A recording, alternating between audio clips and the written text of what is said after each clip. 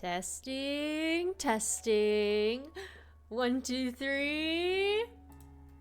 It's your gal, Juliberry! Guys, the return of SBI Sunday has begun. Oh my goodness. Hello, Ava. Hello, Crimson. We got a pronoun. My Discord things are still on. Sorry. Hold on. Pronoun check. She, her. Never back down, never what? Never give up. Never back down, never what? Never give up.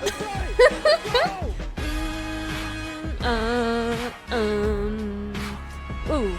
Ah. Where's streamer mode? There it is. All right. Who else is here? B, thank you for that lurk. Good luck on your video editing. Pepper, hello. Welcome in and thank you for the lurk. Hi, Witchy. Hi, Christy May. Oh, man. I am so excited to finally be going in and finishing this beloved fic written by a good friend of mine, Cat Ocean. Oh my gosh. Good as gold. Superhero CRIMEBOIS fic. We love to see it. We love to see it.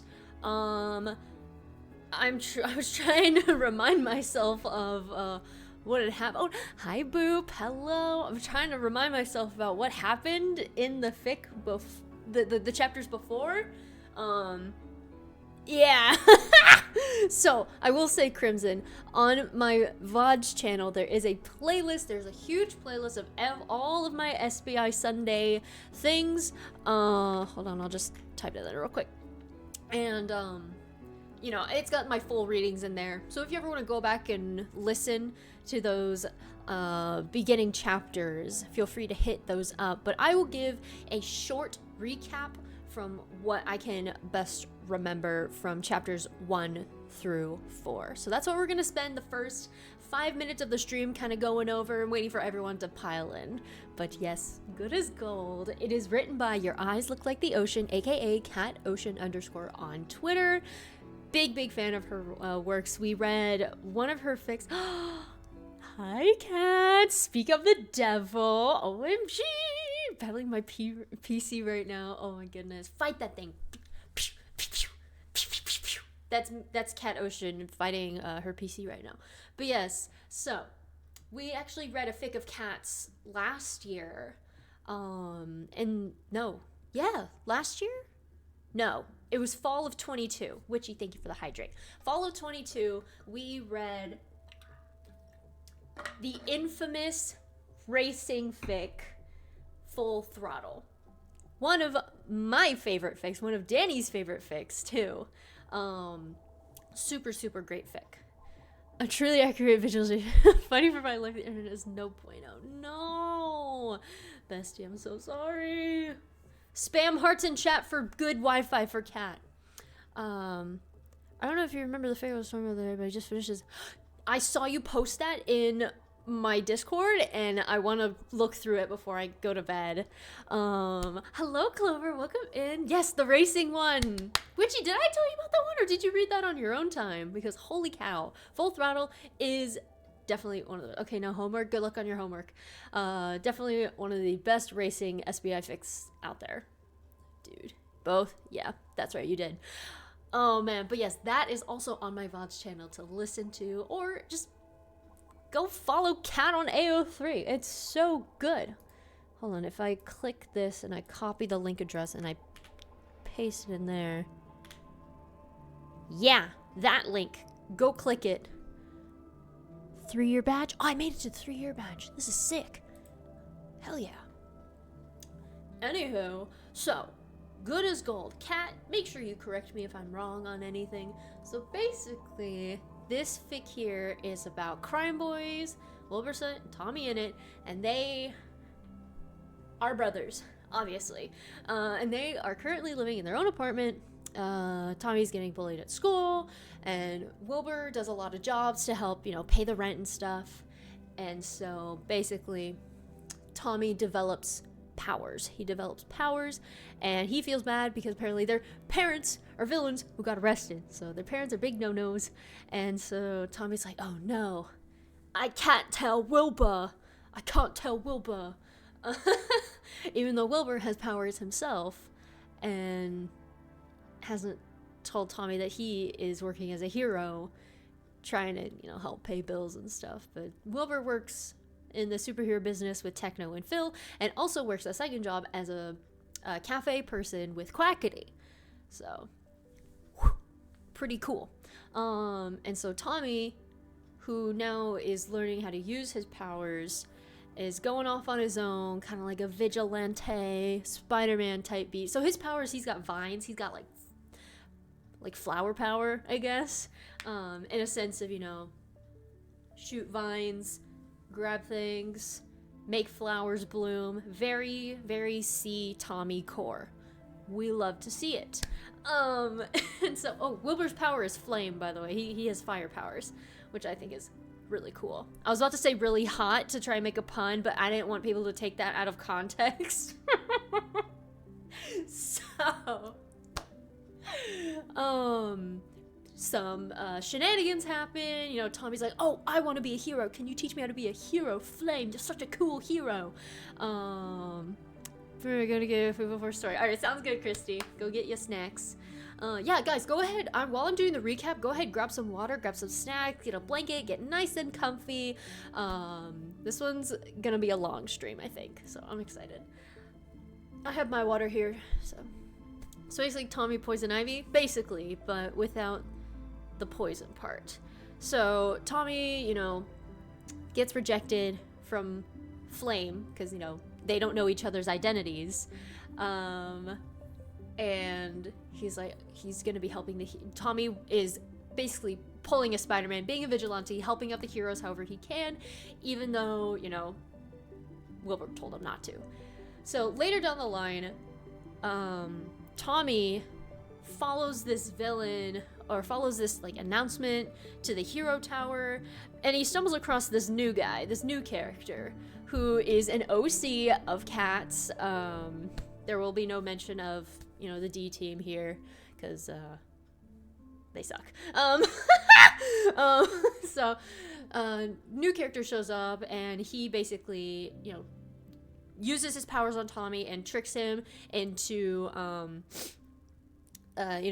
using his power, putting his powers on Tommy, making him have this nightmare of, Wilbur finding out that he's a vigilante, and, the villain, offs Wilbur, and dramatic stuff happens, and Tommy's like, oh my gosh, my brother's dead. Even though it's just a dream. It's just a nightmare. That's all it is. So Tommy has now been semi-kidnapped by this evil guy.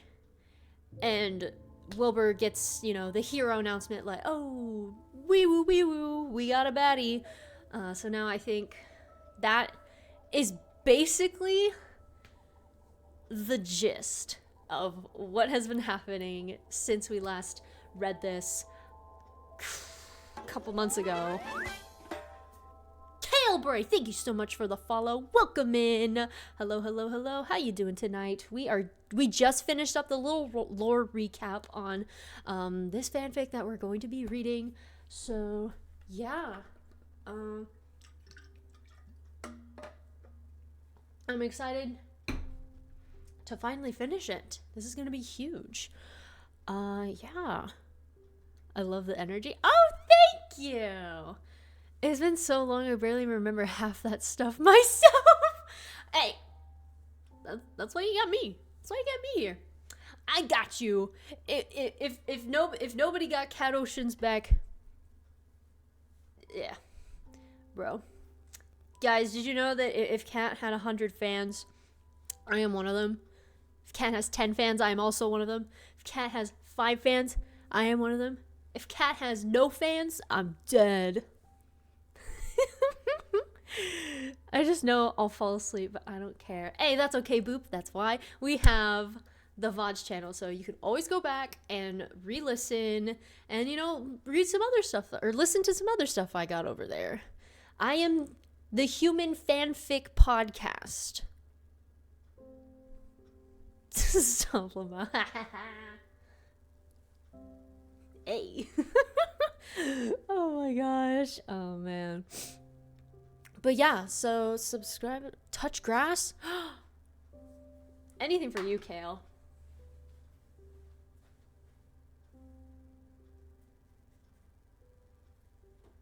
I did it. Guys, I use this like leave-in conditioner in my hair.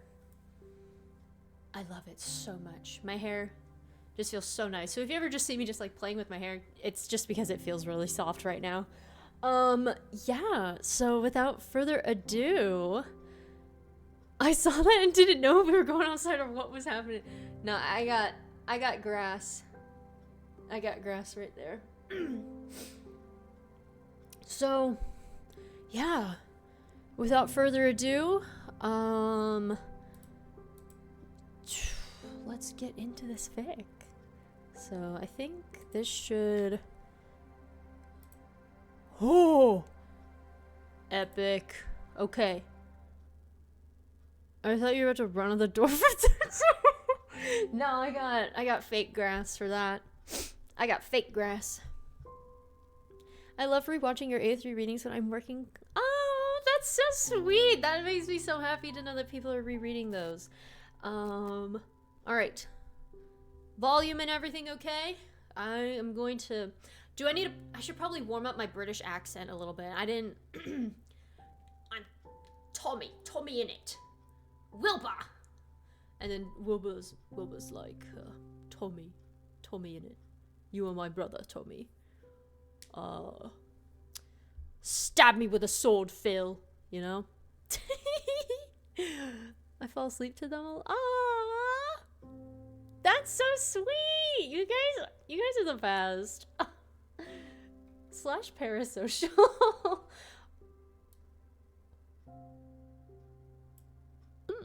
As someone from the UK, the accent is accurate. Let's go. This is huge. I have gotten a British stamp of approval, guys. Whoopsh. Stamps of approval. This is epic. Kat, what is this? What? Near-death experience? Now that right there is what we call... Hold on, I gotta zoom in for effect. A sus moment. Anywho. Let's go ahead and get into this summary. She's totally not sus at all. Alright. I'm going into focus mode. So if I'm not reading chat as much, it's because I'm reading. So talk amongst yourselves. This is gonna be fun. Good as gold. By your eyes look like the ocean. Chapter 5. Don't go to sleep, he thinks. Don't. Something is wrong. Across the rooftop, the light's gotten brighter, bigger. It's almost like someone's opened the door and the stairwell light is flooding out. It's hard for Tommy to focus on, though. His gaze keeps slipping back to the growing pool of red on the ground in front of him. Gold? Wilbur? What is he doing here? It's the last thing Tommy thinks before his mind spins and his eyes slip closed.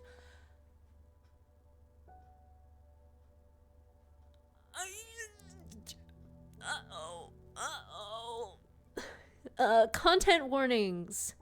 Blood and injury and near unalive experience. Yeah, this one's a doozy. Well, there's your content warnings. If you ever feel the need to step out and take a moment, please feel free and then hop back in. Take care of yourselves. Love y'all. The tower is quiet when Wilbur arrives. Crow and Blood God haven't gotten there yet, so Wilbur does the initial perimeter check, scanning himself through the gate and making a full lap around the lawn. So far, nothing of note. He can't hear any of the interior alarms that are going off, so unless something went terribly wrong with every single one of their multi-layered security systems, no villain managed to get inside. The last place he can check is the roof.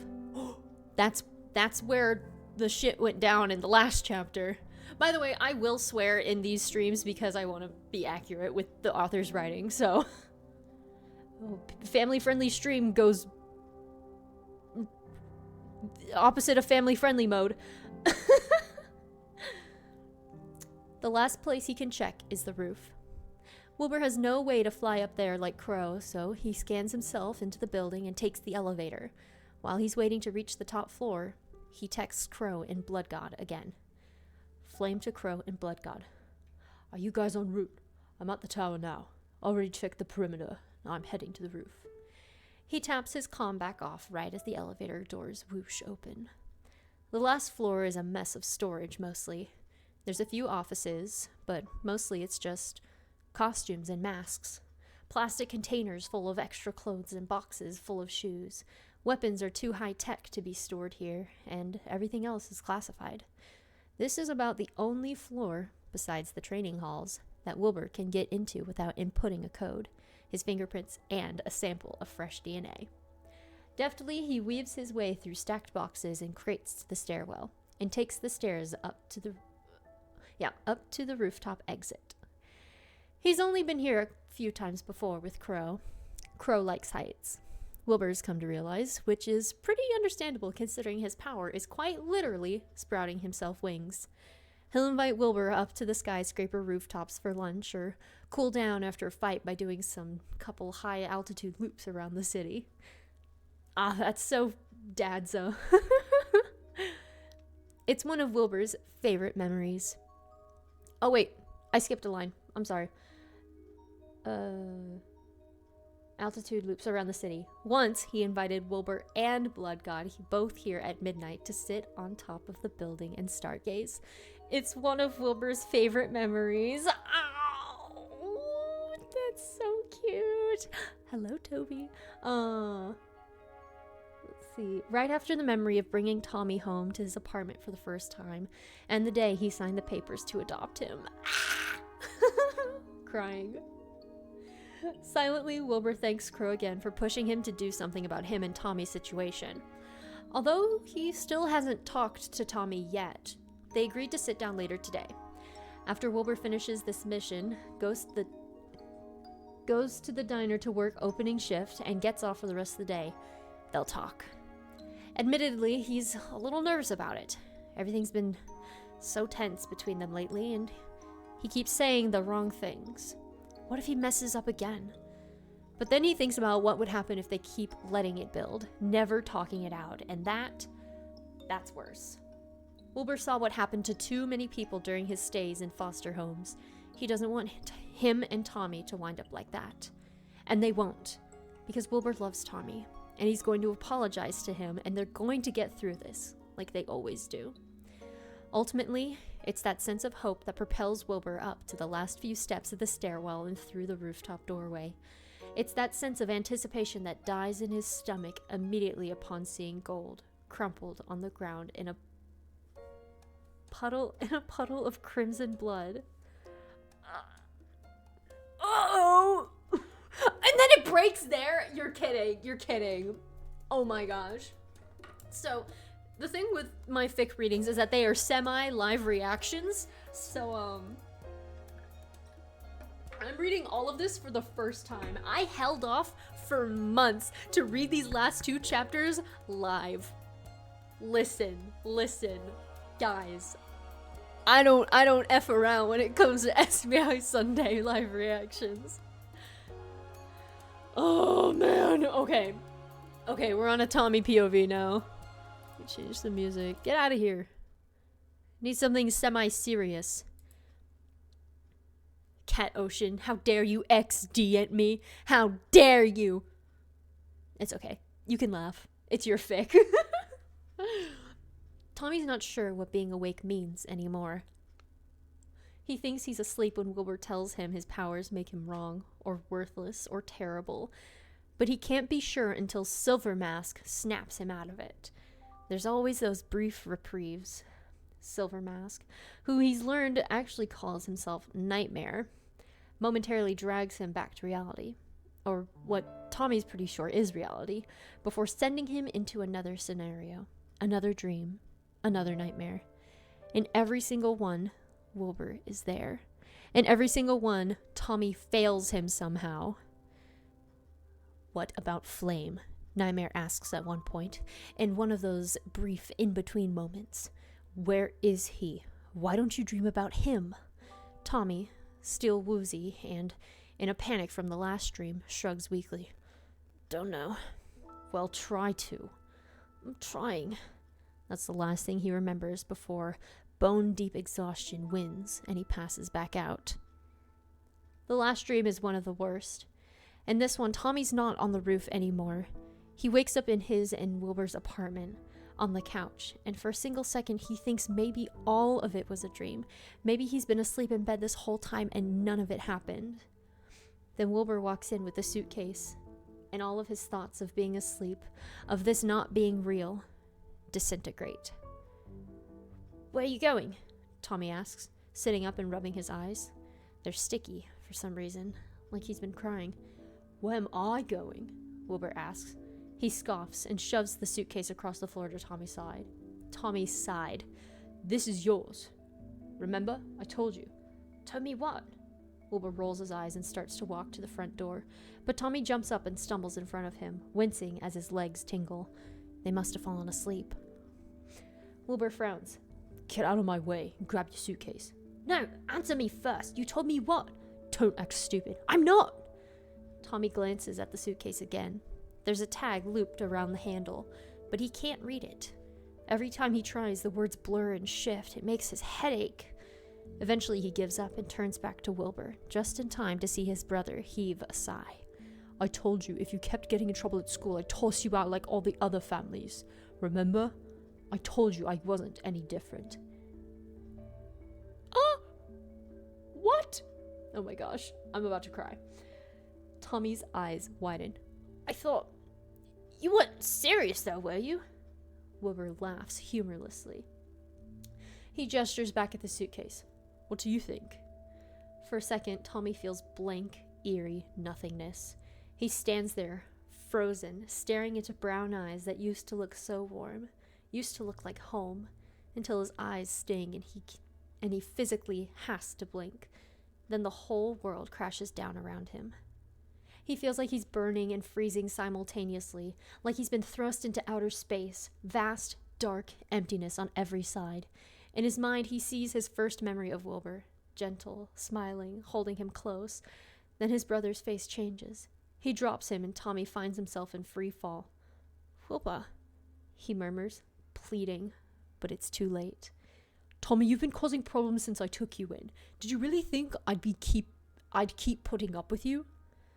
Wilbur brushes past him to where the suitcase is standing by the couch. He hoists it up and extends it out for Tommy to take. Wilbur, Tommy repeats. He has to try again. One last time. Please. Wilbur just shakes his head.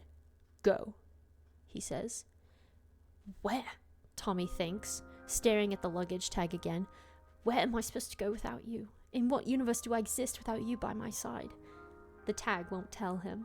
It's still blurry, as if Tommy's just woken up from a long nap and his vision is still skewed. Even after furiously blinking the tears out of his eyes, he can't read it. That's when it clicks for him. This isn't real. He extends his hand for the suitcase. Wilbur hands it to him, but Tommy doesn't feel it. Instead, if he concentrates, he can feel cold concrete pressed against his left cheek, cool wind whispering through his hair. This isn't real, he whispers aloud, and Wilbur pauses. What? Tommy looks up, squinting at his brother, or what looks like his brother. You're not real. Wilbur's face twists. What the fuck are you talking about? Of course I'm real. Tommy shakes his head and, like in every dream prior, he reaches out to grab him. What is wrong with you? Tommy wakes up to shouting, but he's too tired to deal with it. He rolls over on the concrete and squeezes his eyes shut. Briefly, the darkness is nice, peaceful. Then someone's hand wraps around his shirt and yanks him up. He blinks, deliriously trying to push through the sleepiness this person's presence affects him with and stays awake. No more nightmares. How in the world do none of your fears involve the Heroes League? Nightmare asks, silver mask glinting. Aren't you scared of them not accepting you? Of bad things happening to them?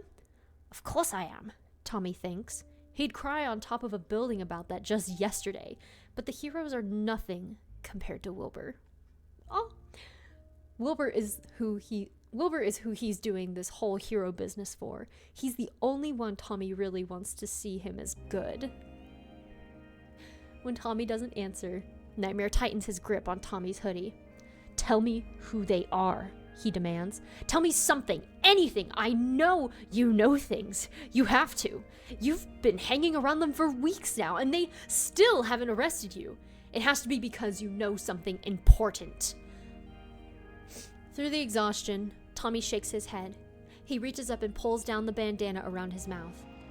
I don't know shit, bitch, he spits. The pain is sudden, blinding, and catches Tommy entirely off guard. He didn't think Nightmare had any weapons. The initial assessment when he first saw him hadn't turned up anything obvious. No swords like Blood God or tiny daggers like Crow. Not many people with powers carried weapons anyway. Flame didn't. Tommy didn't. They relied on their powers to defend them, but apparently Tommy should have looked harder. Because one second he's in blinding pain, and the next Nightmare is yanking a knife back out of his side. Uh-oh.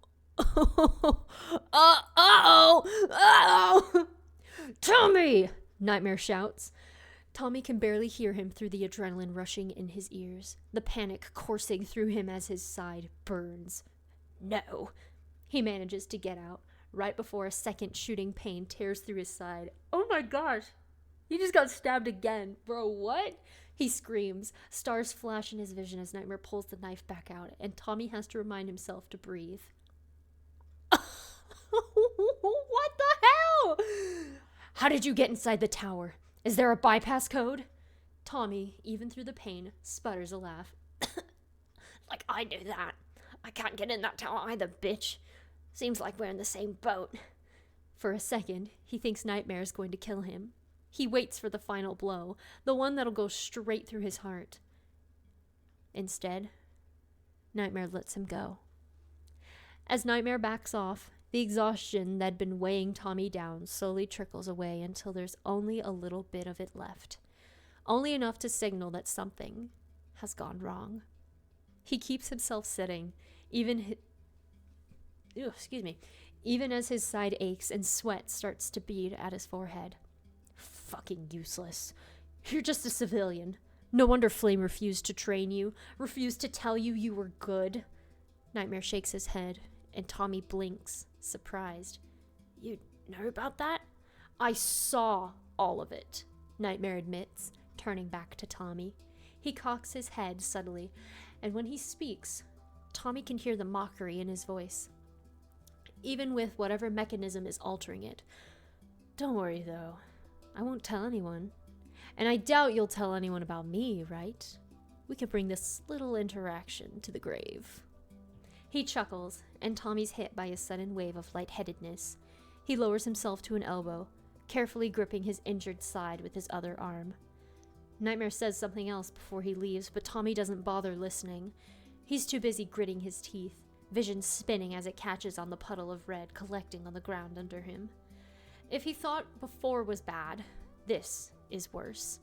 He raises his gaze, ignoring the way everything spins for just a second as he looks around, searching for anything that could help him.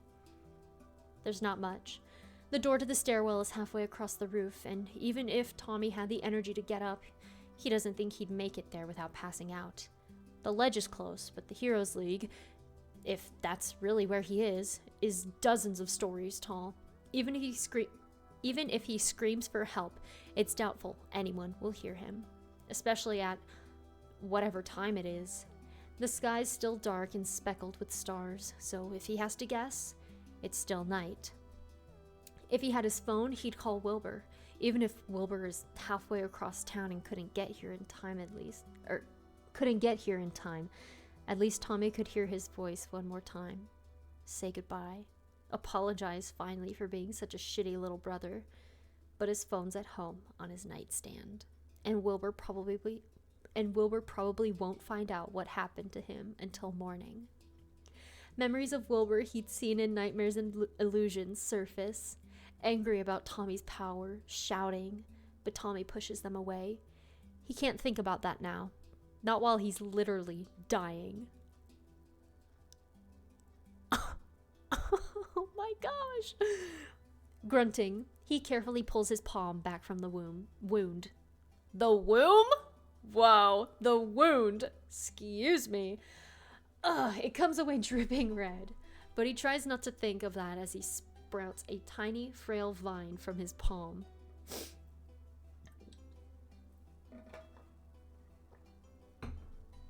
As gently as he can, he urges it to wrap around his torso. It's not good as gauze, or even good as gauze. Good as gold, but it's good as gauze. I think I'm hilarious sometimes. You don't know what's happening. Oh, Toby, I'm sorry. We already did a lore recap, but here's the VODs channel if you want to look back on previous chapters. We're reading the last two Hi, Luca. We're reading the last 2 chapters of this fanfic right now. Not funny. It was a little funny. Come on. It was a little funny, Luca. Come on. Also, welcome in, bud. How you doing? La la la la. It's not good as gauze, or even as a t-shirt, but it staunches the flow just a little bit. Just enough. If he stays here long enough, the heroes will come. They'll find him. That's their job, right? At some point, he collapses fully onto his side. He breathes through gritted teeth, sucking in and out, as the pain starts to dull and his vision tunnels. All he can see is a pinprick of light in front of him where the stairwell door opens out onto the rooftop. There's a lamp above it, shining. Tommy's breath stutters. He coughs and sees a flick of something dark land on the concrete in front of him. He's too tired to figure out what it is, though. Everything aches. He groans and squeezes his eyes shut. He wants Wilbur. Even if Wilbur hates him, even if he tells him he'll never be good, and that he's just like their parents and tosses him out, he doesn't care what version of Wilbur he gets, nightmare or reality. He just wants his brother to stay with him while he's dying. Tommy's breath catches again, and he peels his eyes back open. Don't go to sleep, he thinks. Don't. Something is wrong. Across the rooftop, the light's gotten brighter, bigger. It's almost like someone's opened the door and the stairwell light is flooding out. It's hard for Tommy to focus on it, though. His gaze keeps slipping back to the growing pool of red on the ground in front of him. Gold? Wilbur? Wilbur? What's he doing here? It's the last thing Tommy thinks before his mind spins and his eyes slip closed. Oh, no! Oh, I can't do this! Bestie, please! This is fine. This is fine. I'm great.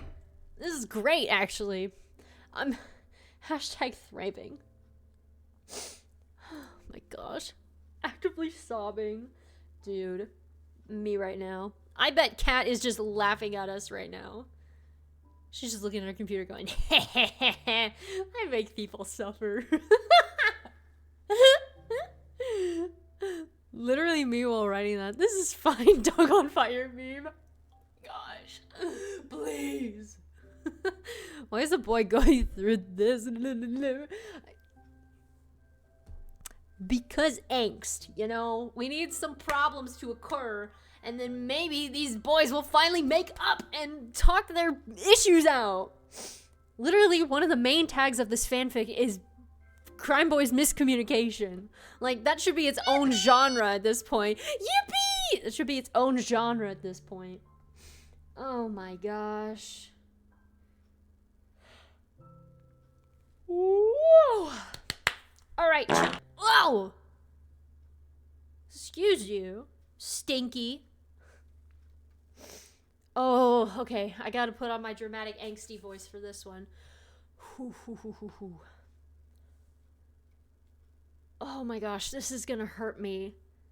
Julie Stinkyberry. Yeah, you know what? I am a Stinkyberry. Oh no. Oh no, no, no, no. Gold, come on. It only takes Wilbur 5 running strides to get to Gold's side. He drops down beside him, ignoring the crimson that instantly starts seeping into his leggings, and shakes him. "Gold," he pleads, shaking his cheek, his shoulder, his side. "Gold, wake up! This isn't funny. You have to wake up. Come on." Gold doesn't say anything. His bandana's down around his neck. Oh my gosh, this is... wow. His bandana's down around his neck. Blood spattered across it. His mouth hangs open in a tiny O shape. Wilbur can barely see his eyes behind the thick golden goggles, especially while it's so dark out. But he doesn't have to see to know they're closed, unconscious. There's a giant patch of blood on Gold's left cheek where his face had been pressed to the ground until Wilbur shook him. It makes the rest of his face look distorted and incredibly pale. Or maybe he just is incredibly pale. Quickly, Wilbur presses his fingers to the side of Gold's neck. "Come on," he whispers, terrified tears warping the corners of his vision. "Come on, Gold, work with me." Against Wilbur's fingers, there's a beat. Whew, slow, but there.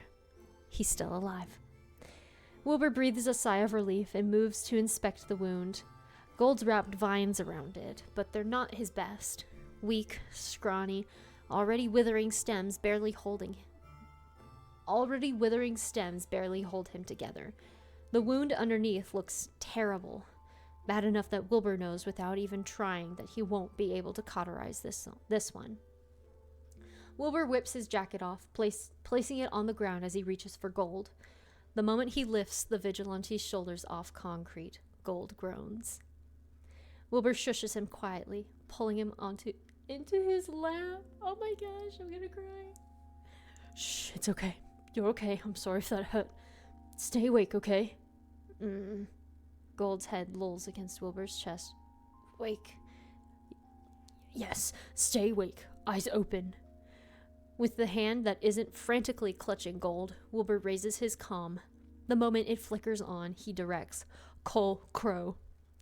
He takes the device off his wrist and tosses it aside as it rings, and rings, and rings. "What happened?" Wilbur asks, lifting Gold's shoulders just a tad higher. He needs to get his jacket around Gold's ribs and tie it to help stop the blood still trickling between the cracks in Gold's vines. Then he can get him to a hospital, or maybe one of the medical offices have made specifically for heroes, located throughout the city.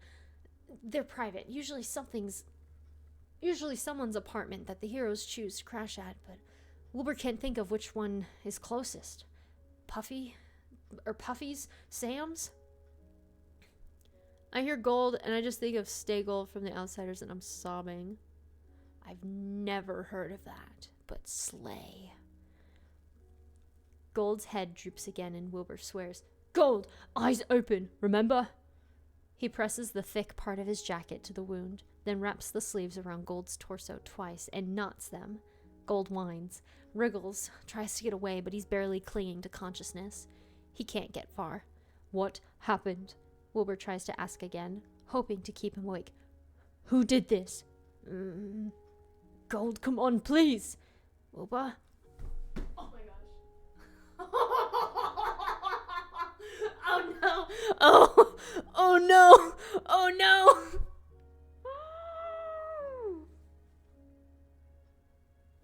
My heart just dropped down to my toes. Help. Even though Gold is the one actively bleeding out, Wilbur swears that for a single moment, his heart's the one that stopped beating. "What?" he breathes.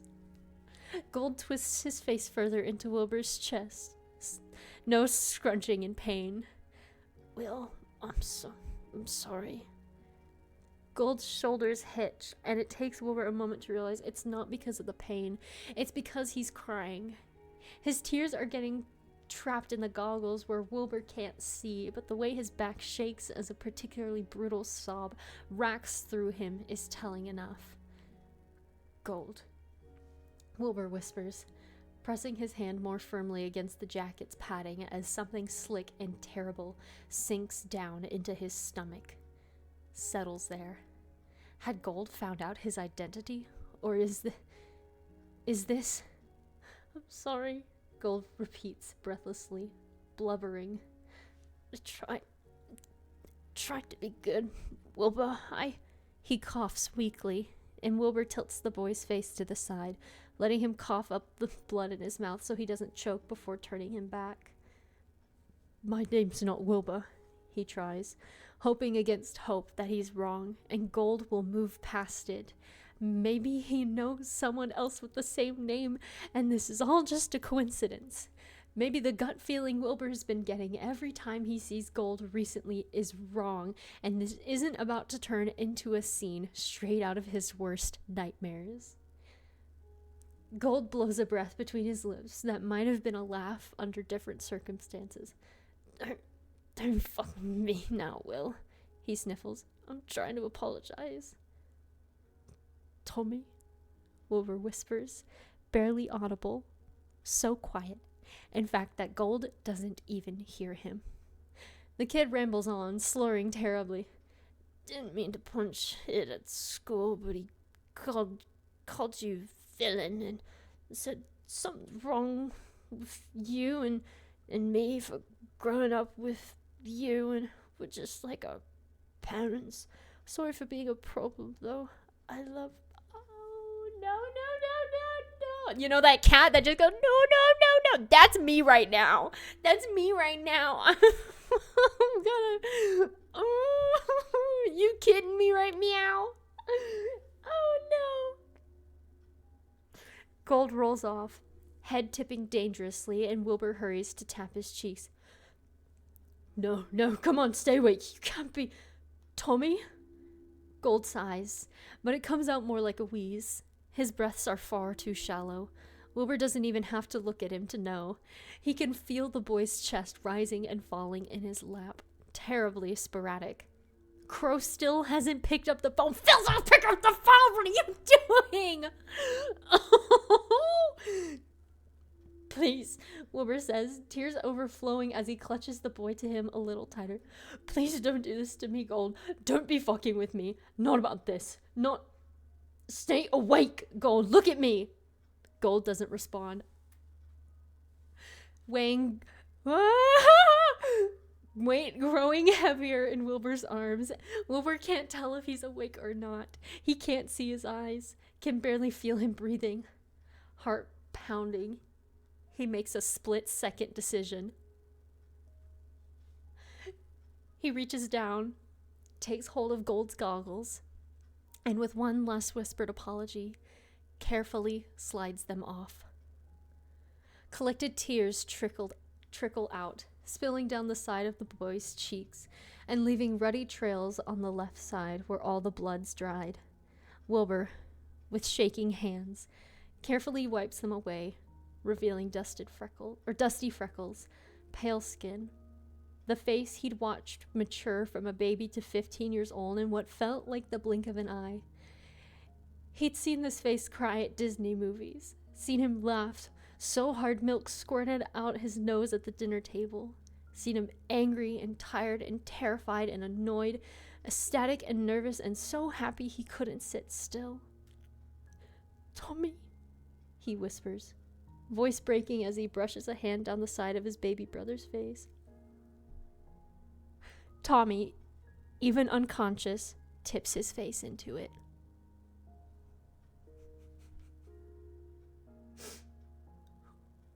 I'm just gonna sit down here for a little bit. Oh my gosh. Oh no. Don't come for me. It was the demons that got me. What demons are you letting into your house? Feels so stuff. Oh no.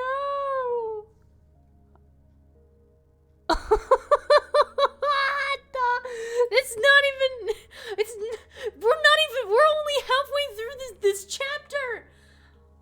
Look at the little scroll thing. It's right in the middle. Help me. Oh my god. Okay. Ooh, I can get through do this. Ugh.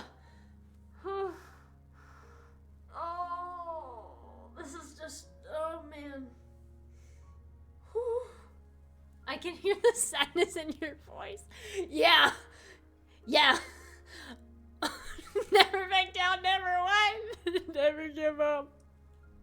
Never back down, never what? Never give up. Okay. Never back down, never what? Never give up. Never back down, never what? Never give up. Let's go! Let's go! I can do this. I can do it. I can get through this. Okay. All right, here we go. It'd been Tommy this whole time. When Gold snagged him mid-air after falling off a building, that'd been Tommy. When Gold saved him in the house robbery, that'd been Tommy. Every time Gold made Crow smile or Blood God laugh, that'd been Tommy. That'd been Tommy making it to fights long before they could, helping civilians, taking little kids' hands and leading them out of danger. Every time Gold asked him to train, it'd been Tommy hoping. When Gold begged Flame to tell him he was good, that'd been Tommy pleading. Tommy had powers. Oh, I can't talk right now, bestie. I can't text you. I'm sorry. Tommy had powers. Could grow plants out of the palms of his hands, and they were beautiful. Thank you for the hydrate, Christy. Let me get that real quick. Ugh. Why hadn't he told him? How long has he had them? Gold only showed up a few weeks ago, right around the time they first fought.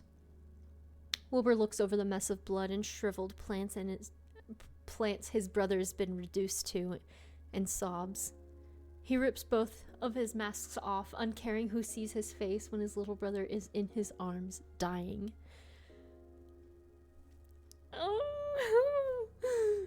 No, he says, shaking Tommy's shoulder.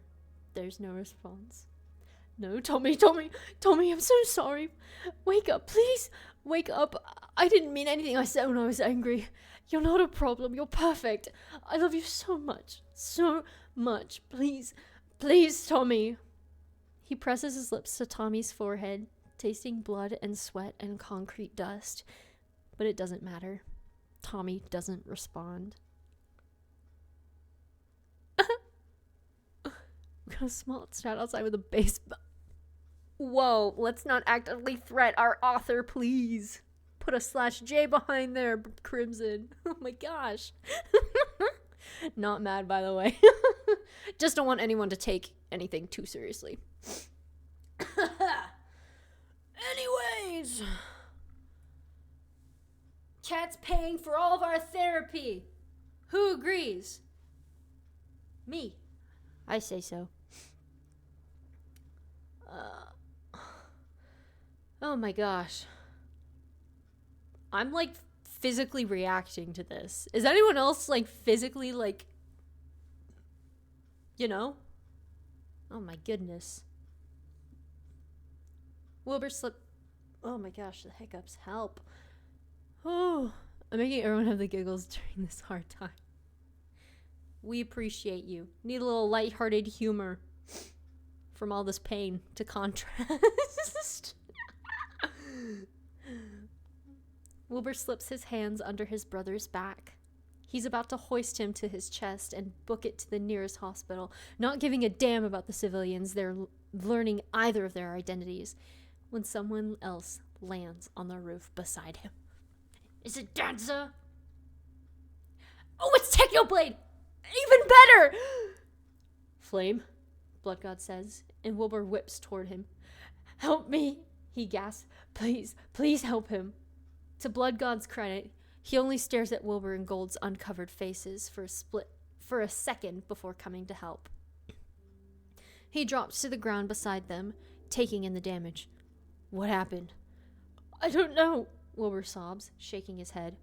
I go in and he was on the ground. Let me look at him. Wilbur's eyes tighten around his brother, and Blood God gives him a curious look, features twisting beneath his mask. He must be wondering why this means so much. Why Wilbur's sitting here, crying, instead of acting like the hero he's supposed to be. Regretfully, Wilbur lets go. Tommy sinks to his lap, head resting on his legs as Bloodgod stretches an arm out and places his palm on Tommy's chest. As Wilbur watches, the hero's hand starts to glow.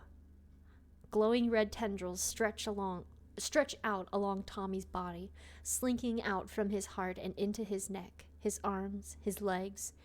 They're dim, faint, and pulse slowly, but Bloodgod nods like that's to be expected. I'm gonna have to remove this, Bloodgod says, brushing a hand lightly against the jacket pressed to Tommy's side. I have to get full contact with the wound to try and fix it.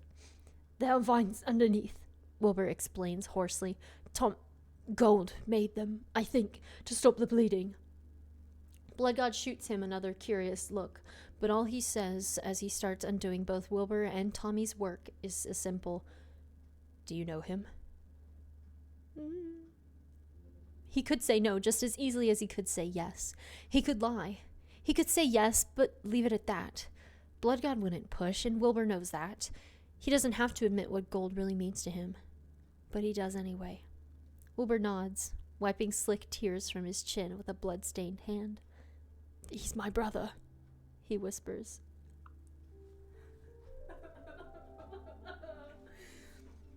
The whole rooftop goes silent.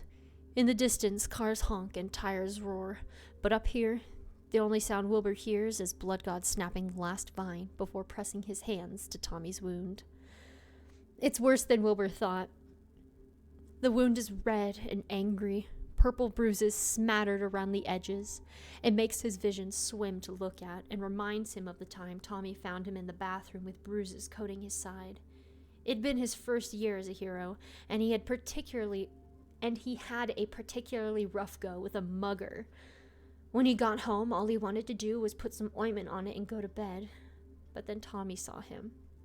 "All better," a much younger Tommy had promised, planting a kiss on each and every injury. And somehow, it had made Wilbur feel better. To be loved, to be cared for like that. Stifling another sob, Wilbur leans forward and presses a second kiss to Tommy's hair. Did you know before? Bloodgod asks. His hands glow brighter, and the veins mapping Tommy's body pulse a little faster.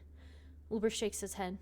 No, not until tonight. I mean, I kept comparing the two in my head, but I couldn't have thought. Bloodgod pauses his work, grumbling frustratedly. He pulls a tiny knife from his pocket, and before Wilbur can ask what he's doing, he slices a line down his own palm. What are you doing? Wilbur's known Bloodgod for years, and never once seen him do this to access his powers. Universal blood donor, Bloodgod explains. Wait, that's badass. What? Hello? Placing his palm back on Tommy. Kid's lost too much. I'm giving him some of mine. They're brothers! They're fucking brothers, I swear! Oh my gosh. Hold on, I need emotional support.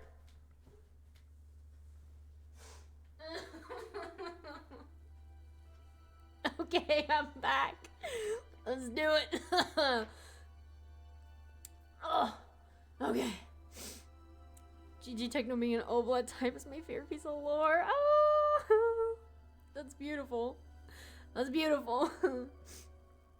Okay. I'm giving him some of mine. Tommy's body begins to glow again, even brighter, and Wilbur closes his eyes. I'm so sorry, he whispers, resting his forehead on top of his brother's hair. Please, wake up. I should have listened to you about the kids at school. They're wrong. There is absolutely nothing wrong with you, and you are so good. You're so good. And I should have told you that the day you asked. He shivers, hiccuping with how much crying he's done. When he peeks sideways at Bloodgod, he's still working, still pushing, pulsing power into Tommy's side. Almost, Bloodgod says, out of breath. He's almost back. Please, Wilbur whispers, begging, as Tommy's eyes remain stubbornly shut, as his Little brother's chest struggles for breath. I need you to wake up. We said we would talk today, remember? I'm gonna order us pizza for dinner and we can watch a movie after. Whatever you want to watch. I love you. I love you. I love you. I love you. Finally, Blood God breathes, right as Tommy takes a huge, gasping inhale. Yes! This is the greatest news ever! Tommy's cheeks warm,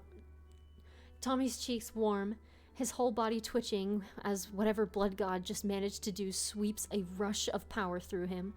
When Blood God pulls his hands aside, the wound is still ugly, still bruised and bloody, but significantly less fatal. The skin's already starting to scab over. He's okay. Blood God pants, scooting back to give both of them space. Give him a couple minutes to come back. It might take a while. Well? Blood God snorts. Or it'll take 5 seconds. Wilbur's eyes fill with tears as Tommy's eyes crack open. Delirious blue peeks out from under heavy eyelids, pupils dilated with pain and confusion. When they catch on Wilbur, recognition brightens them. Hey, Wilbur, Tommy slurs. What are you doing here? A smile, stupid and uncontrollable, cracks across Wilbur's face. He wipes his tears away, then leans forward and gathers his brother up into his arms. Oh my God, he says, pressing his face into the crook of Tommy's shoulder. Never do that to me again. I love you. I'm so sorry.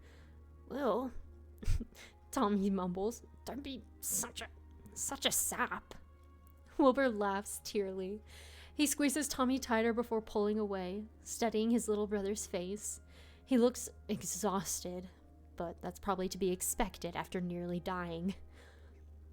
Why didn't you tell me you had powers? Wilbur asks quietly, taking Tommy's hand.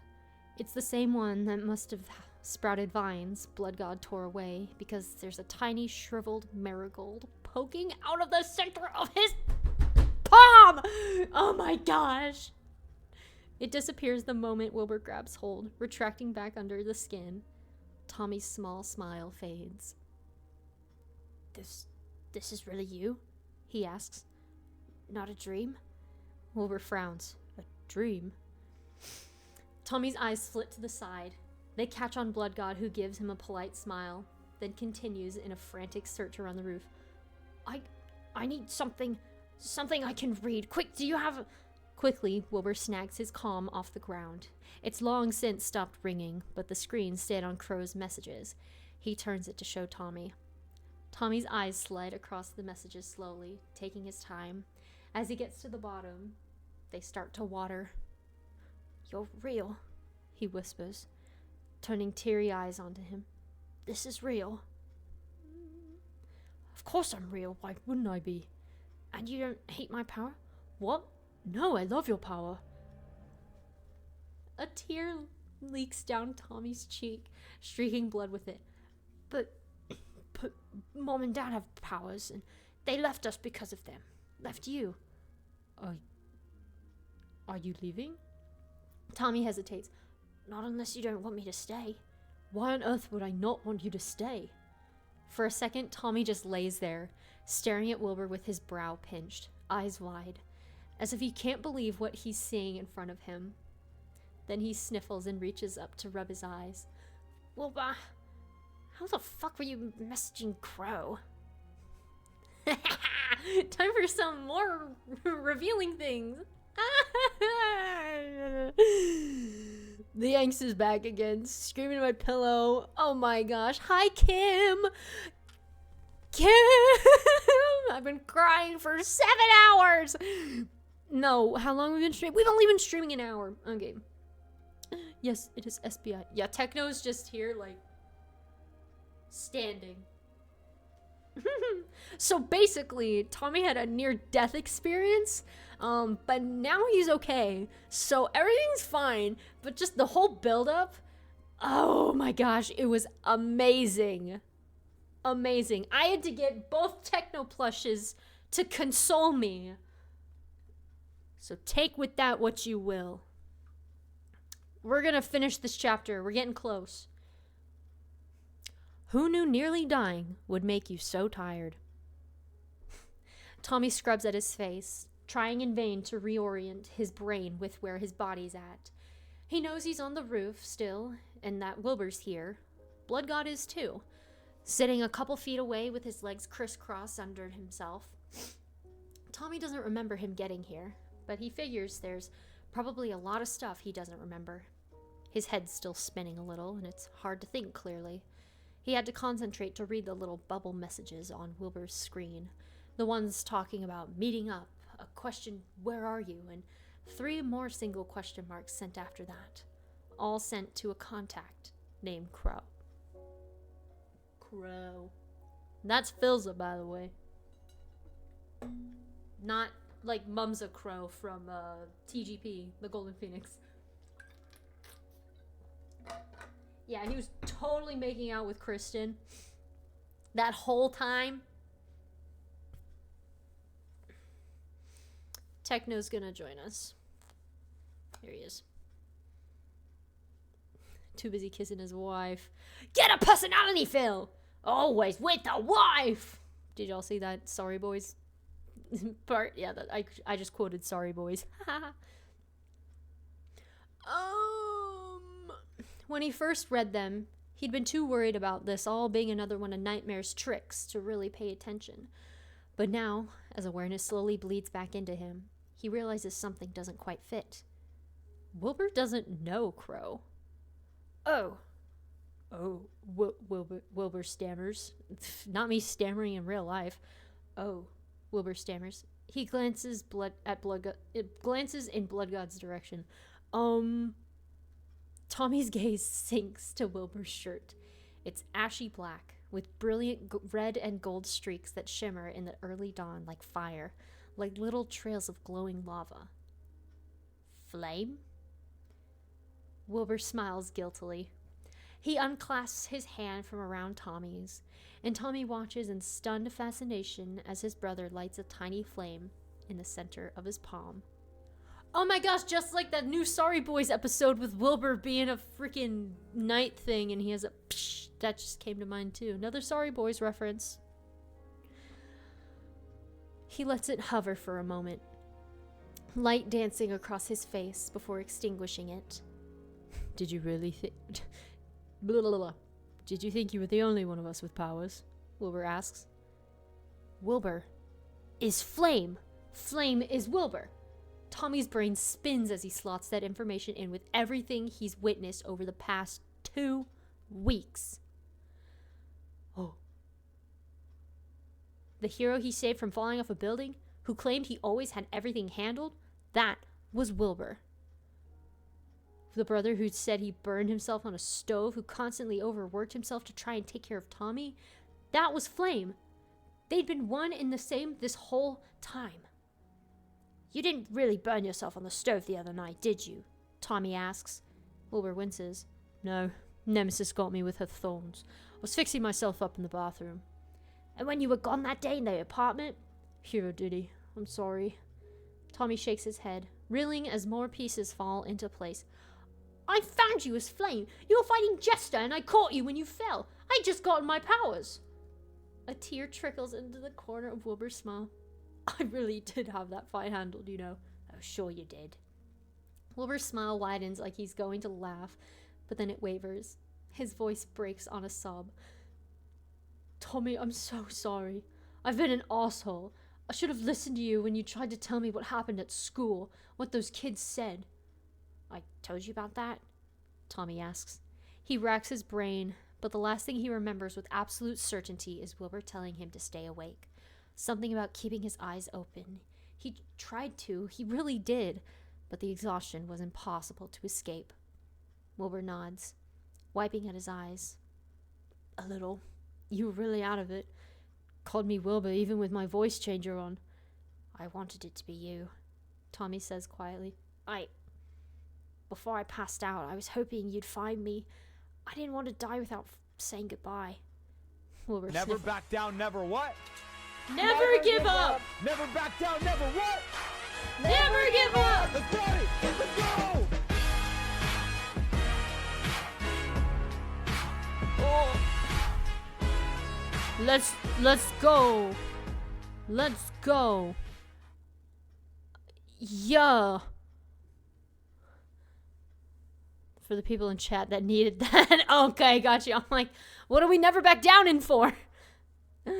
Oh, man. Before I passed out, I was hoping you'd find me. I didn't want to die without saying goodbye. Wilbur sniffles. Don't die. Ever. Full stop. I'm not letting you. Tommy laughs wetly and goes willingly when Wilbur pulls him back in for another hug. This time he can actually hug back. He wraps his arms around Wilbur's shoulders, inhaling the smell of ashy smoke and fresh lavender. Flames fire in Wilbur's laundry detergent. He doesn't know how he hasn't noticed the intermingling scent before, but it's been a while since he hugged his brother. It's been a while since he's been held. All of him wrapped in Wilbur's arms, safe and warm, like in his very first memory. We have more to talk about than I thought, Wilbur mumbles into Tommy's hair. Tommy buries himself deeper in his brother's arms and exhales a long, shivering laugh. We do. He's not sure what Wilbur thinks about him being gold. Not sure if knowing each other's identities changes things, or if Wilbur will continue to refuse training him. He'd started all of this to prove to Wilbur he could be good, but it's starting to seem like maybe he didn't need to prove anything. Like maybe he was already good enough, and that Wilbur would have loved him no matter what. If that's the case, then he doesn't need to prove himself anymore. He could be done.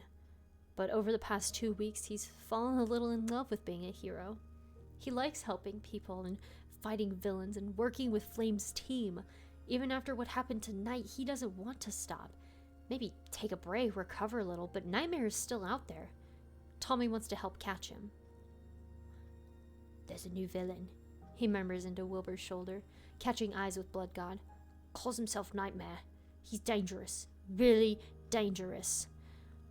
Takes over your subconscious to learn information about you and the people close to you. He pulls back to look Wilbur in the eye.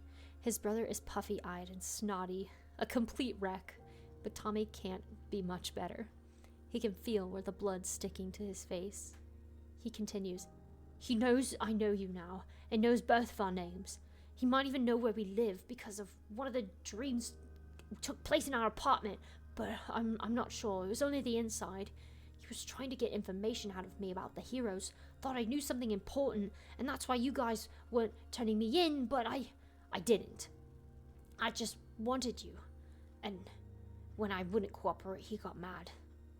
Fuck, Wilbur mutters, running one of his hands through his hair. His glove is covered in dried blood, but Tommy decides not to tell him that. Did he do this? Tommy nods, and he watches the way Wilbur's face hardens. Where is he? Gone. He left, but please don't go after him, Will. Not now. Don't worry. Oh, this Blood God talking. He's not British. Don't worry. He's not going anywhere. Blood God interrupts, shooting Wilbur a hard look. You two are going home to rest first. At least 24 hours of it. Then we can talk about fighting new villains. You know my identity now, Wilbur suddenly says, as if he's just remembered. How am I even allowed to stay on the team? For a moment, Blood God just stares at him. Then he laughs. Psh. Crow and I have known each other's identities for years now. It's not ideal, and the Heroes League certainly doesn't approve, but they don't exactly approve of taking in vigilantes either. He gestures towards Tommy. And we've already done that. What's one more secret? I love Technoblade. I want British techno content. Okay. Here you go. Hello everybody, my name's Technoblade. I'm British now. I've filled in the British monarch. I will overthrow King Charles because I am better, but I also don't approve of government. Down with government. Government bad. Anyways, Technoblade never dies. Subscribe to Technoblade and potatoes. Lots of potatoes. Thank you. Thank you. That was British Technoblade. Live on the Juliberry channel. All right. Back to it! Ah. Wait, hold on. I actually wanted to do something real quick. Boop, bop. I wanted to pause the sound alerts real quick. Yes, I know. So sad, but what? Go to the thing. Do. Sound. There we go. Can someone drop the fic link, please? Yes, of course I can. Here you go. Techno's the type of person to run for president just to get and abolish the whole government. True. So true. Holy cow. All right. We're just going to pause the sound alerts. Okay. Bing bong. Bop bop beep bop bo. Beep boop. Boop bop. This one. There we go. Huzzah. All right. He's got to go. All right. What's one more secret? I thought heroes were supposed to be the good guys. Follow all the rules, Wilbur replies. Just because you're a hero doesn't mean you've never done anything wrong. Oh, that's just Tommy. Tommy's American now, guys. I'm American Tommy. I can't keep doing this. I'm losing it. Just because you're a hero doesn't mean you've never done anything wrong in your life, Tommy recites quietly. When Wilbur tilts his head at him, he shrugs. He shrugs. Flame taught me that. I mean, he's on tour in America, so of course. True! True! Holy cow. Wilbur smiles, then brushes the last few tears from his eyes. Where's Crow anyway? I tried calling him and he never picked up. Blood God sighs. We got separated halfway here. There's a burglary on 12th Street. I told him to take it while I came here. So he wasn't kissing his wife! Oh! Oh, man. Shame. He's gotta go back home, make it up to Kristen. Big time rush. I told him to tell you all I came to help you. Wilbur and Blood God fall into conversation, and Tommy plops forward, sinking back into Wilbur's chest. Under his ear, he can hear Wilbur's heart beating, a quiet thump-thump that drowns out everything else. It's calming. He presses a hand to his own chest, waiting to feel his own heartbeat match Wilbur's before fully relaxing. He doesn't think he'll sleep, even though he's exhausted, every muscle aching. He's too scared to close his eyes, scared that, if he does, he'll wake up with his cheek pressed to the ground again and realize this was all another trick. The idea terrifies him, especially since, compared to all the other dreams, this one's been good. But this has to be real. He could read earlier. He's holding onto Wilbur. Wilbur who is unattainable in all the other dreams, no matter how hard Tommy tried to reach him. This is real. And he's safe, and Wilbur is here, really here. He's been here the whole time. Only 2 masks separating them. You can sleep if you need to, Toms, Wilbur whispers above him. He feels a feather-like kiss pressed to his hair and hums, I'll be here when you wake up. Promise. Oh, Tommy, even though he's terrified, closes his eyes. It's dark, the same sort of emptiness that surrounded him whenever he'd passed out. But this time he can feel Wilbur holding him, and feels both their heartbeats beating in sync.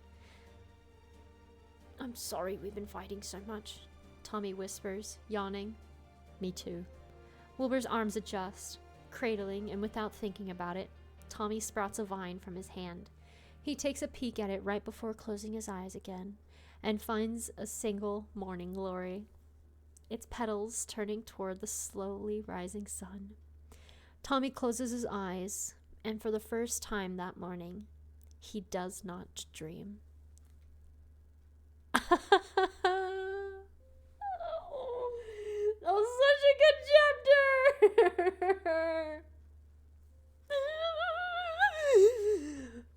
Oh, man. I will bookmark it after I finish. I've already left kudos here. You're kidding. Oh, man. All right, next chapter. Oh. This is so good. This is great. I love this fic. It needs more hits. It needs more hits. Guys. I didn't mean to click that. Go back. I want to get the link. Wait, did I already paste it? Guys. Go to this thing. Go to this thing right now. Leave kudos. Leave a comment. I should leave a comment. Hold on.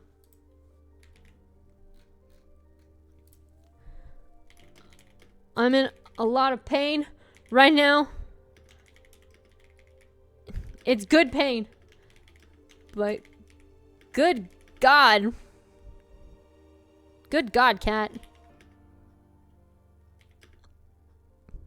I cried a lot.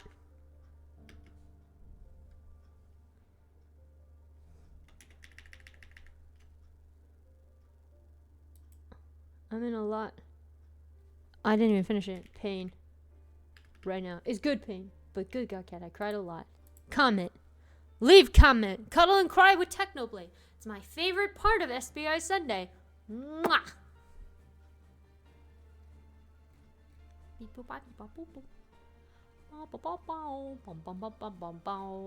See, this is why SBI Sunday is like no makeup day. Because I cry all the time. Why is it in every gets it's a good trauma. I mean, not that trauma is good, but like I'm just gonna shut up.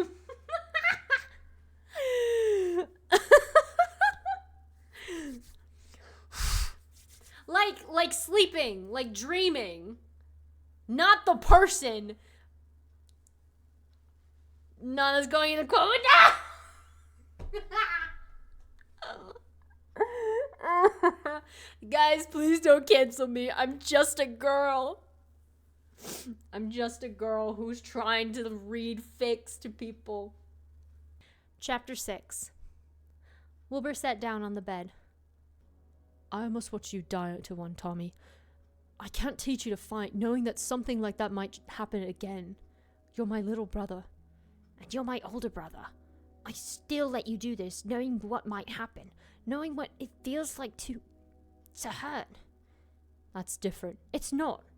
Wilbur's gaze drifted up to Tommy's eyes, contemplative, and Tommy put effort into looking the part. He tilted his chin up, pushed his shoulders back, and tried to bleed confidence as shimmering and brilliant as, well, gold. I'm not scared, Wilbur. Just let me help. A petition must be made for a technocam?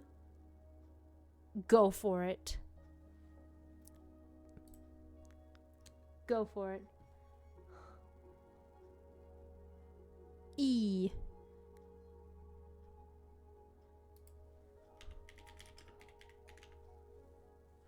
Alright. Last chapter. It's a little bit back and forth through the timeline, just as a heads up. Noted. Thank you. Flame shows up at Tommy's high school by 10:30 in the morning. It's all over the news. There's not actually much to report according to local sources, but all the hero did was pay a very brief visit to their principal. But they did mention Principal Devon looked more than a little rattled when she emerged from her office afterward. Quote, with how pale her face looked, you'd think she'd spoke to a villain rather than one of our city's top heroes.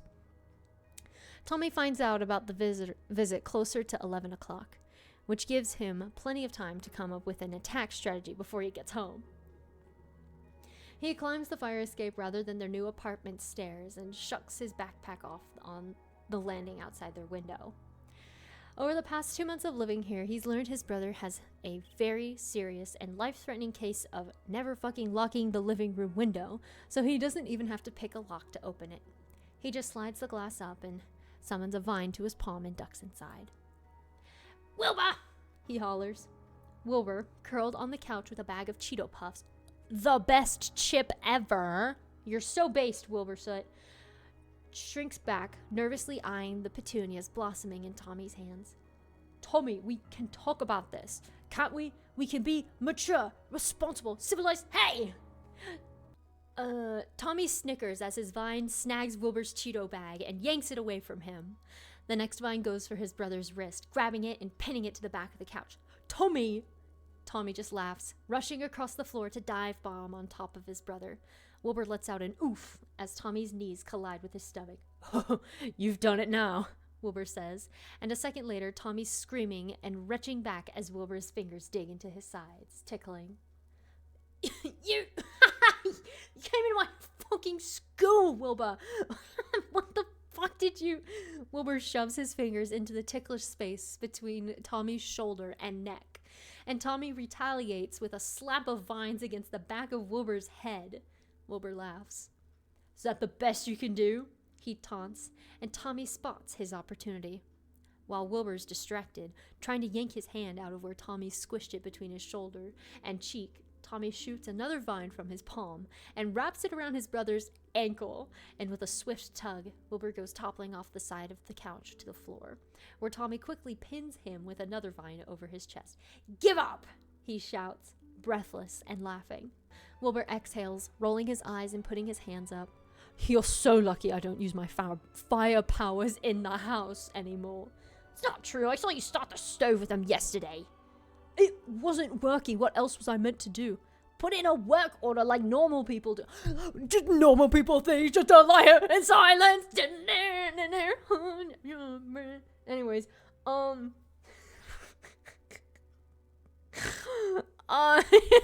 was on purpose? Shut up, no way.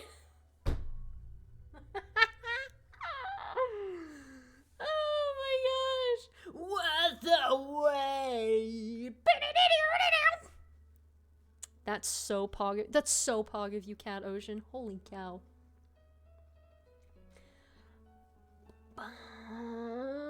Normal people do. Wilbur huffs, but he's smiling. Actually, Tommy can't recall a time within the past few weeks that Wilbur hasn't been smiling. I edited it in right before posting the song had just come out. But oh my gosh, that's so clever. That's so clever. They've had a good couple months since everything got revealed. True to Wilbur's word, they went home after the night on the Heroes League rooftop and talked over takeaway pizza. Wilbur told him all about the Heroes League, how long he's been flame and how hard a secret that was to keep from Tommy. And Tommy told Wilbur about the kids at school. Wilbur listened, quiet and attentive as Tommy explained, and by the end, they'd somehow migrated from the kitchen table to the living room couch, bundled in a teary-eyed hug. I'm so emo, help! There's nothing wrong with you, Wilbur had promised, brushing Tommy's hair back as the TV played some sitcom neither was paying attention to. You are so incredibly good, and you should never feel like you have to prove that to me or anyone else. I'm sorry you had to deal with that, and I'm sorry I didn't listen before. You've been busy, I understood. Being busy's not always the best excuse, Wilbur said. Tommy hummed, sinking further into his brother's arms. They ended that day on a good note, with blankets and vanilla ice cream, and Wilbur gives him a long hug before he goes to bed. Tommy gets lots of hugs over the next 2 months. They move. 2 days after Tommy's encounter with Nightmare, Wilbur comes home from a late-night meeting with Blood God and Crow and tells Tommy that Crow's offered them a new apartment. Supposedly, it belonged to Crow's wife before she married him. Oh my gosh, Kristen mentioned Pog Champ, Pog in chat, let's go. Holy cow. They'd been renting it out to people for the past few months, but with Wilbur and Tommy's location possibly leaked to the villains, Crow offered it to them with the promise to cover whatever expenses Wilbur couldn't pay off. Oh. Couldn't pay himself. That's so sweet. At first, Wilbur turned it down, but when Tommy admits he hasn't been sleeping well the past 2 nights, worried about Nightmare finding him, Wilbur texts Crow back that he'll take the offer. They move in 2 days later, and Tommy thinks it's quite possibly the best decision they've ever made. The kitchen is larger, the living room isn't a tiny square, and Tommy's room has a balcony, one that opens out into the city and a has a wooden garden box attached to the railing where he can stick his plants.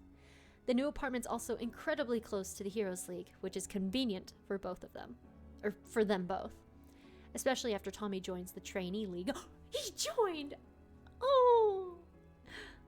Let me come with, he'd argued the night before they moved, watching Wilbur get ready to meet up with Crow and Blood God at the Heroes League.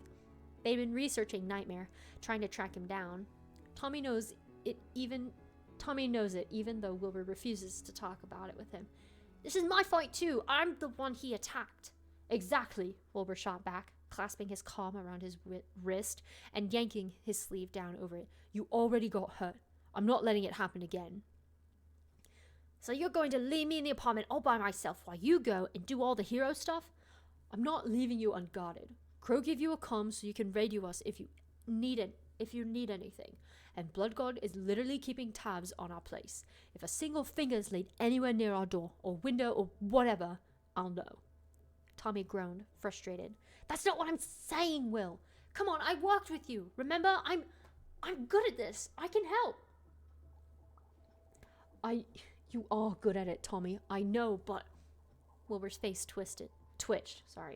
Wilbur's face twitched, hurt and pain and fear flashing across it before fading into quiet resignation.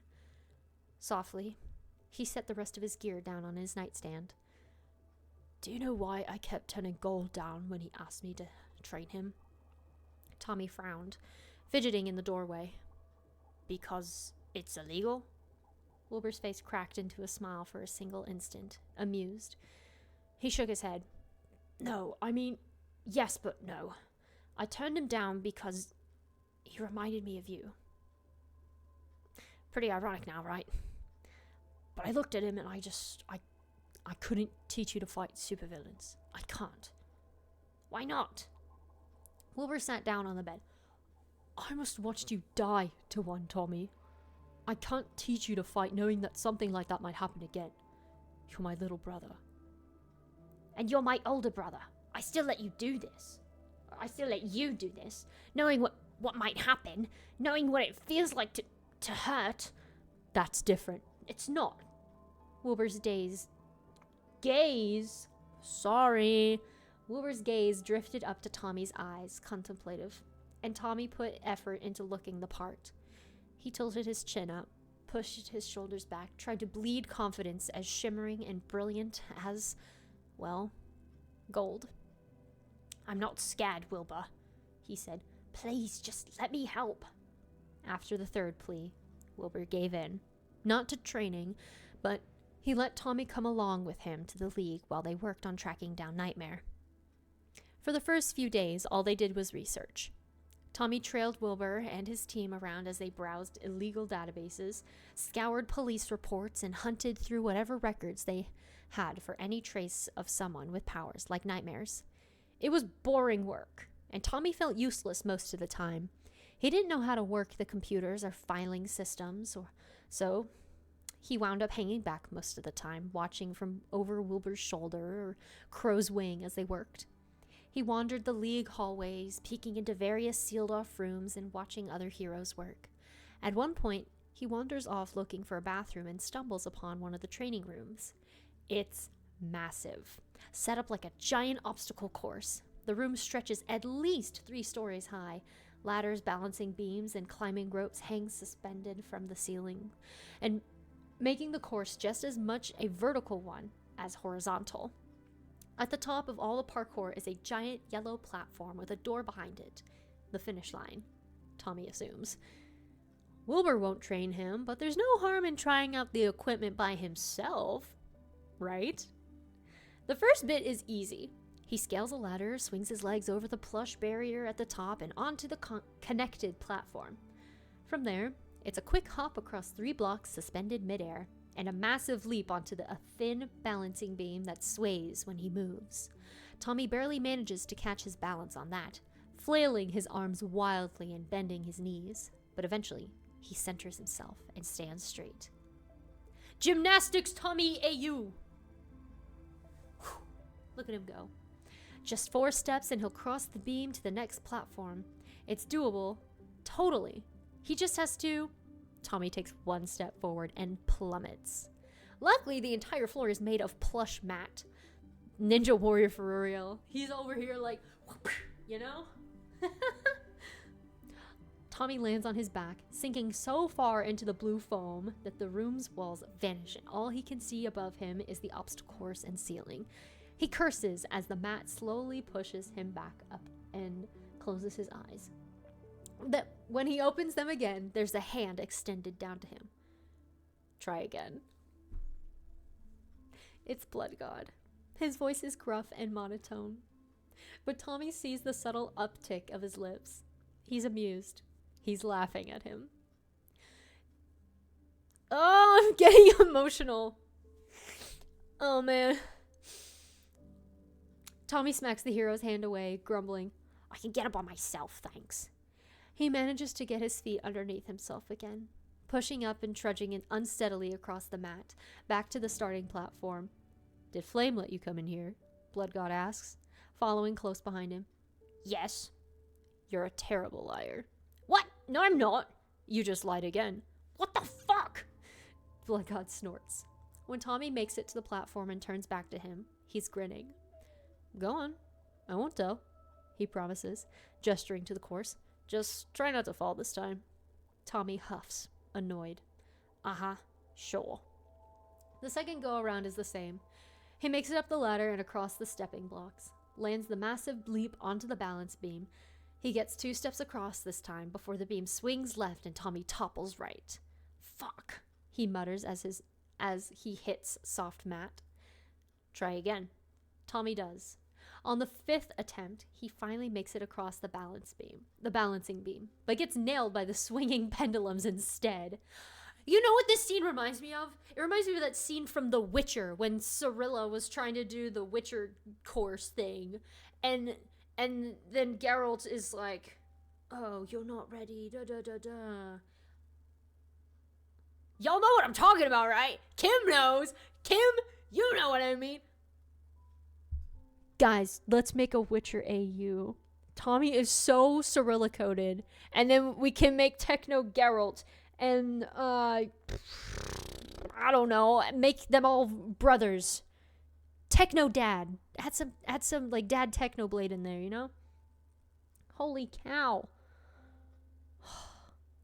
Y'all know, I'm onto something. I'm onto something here.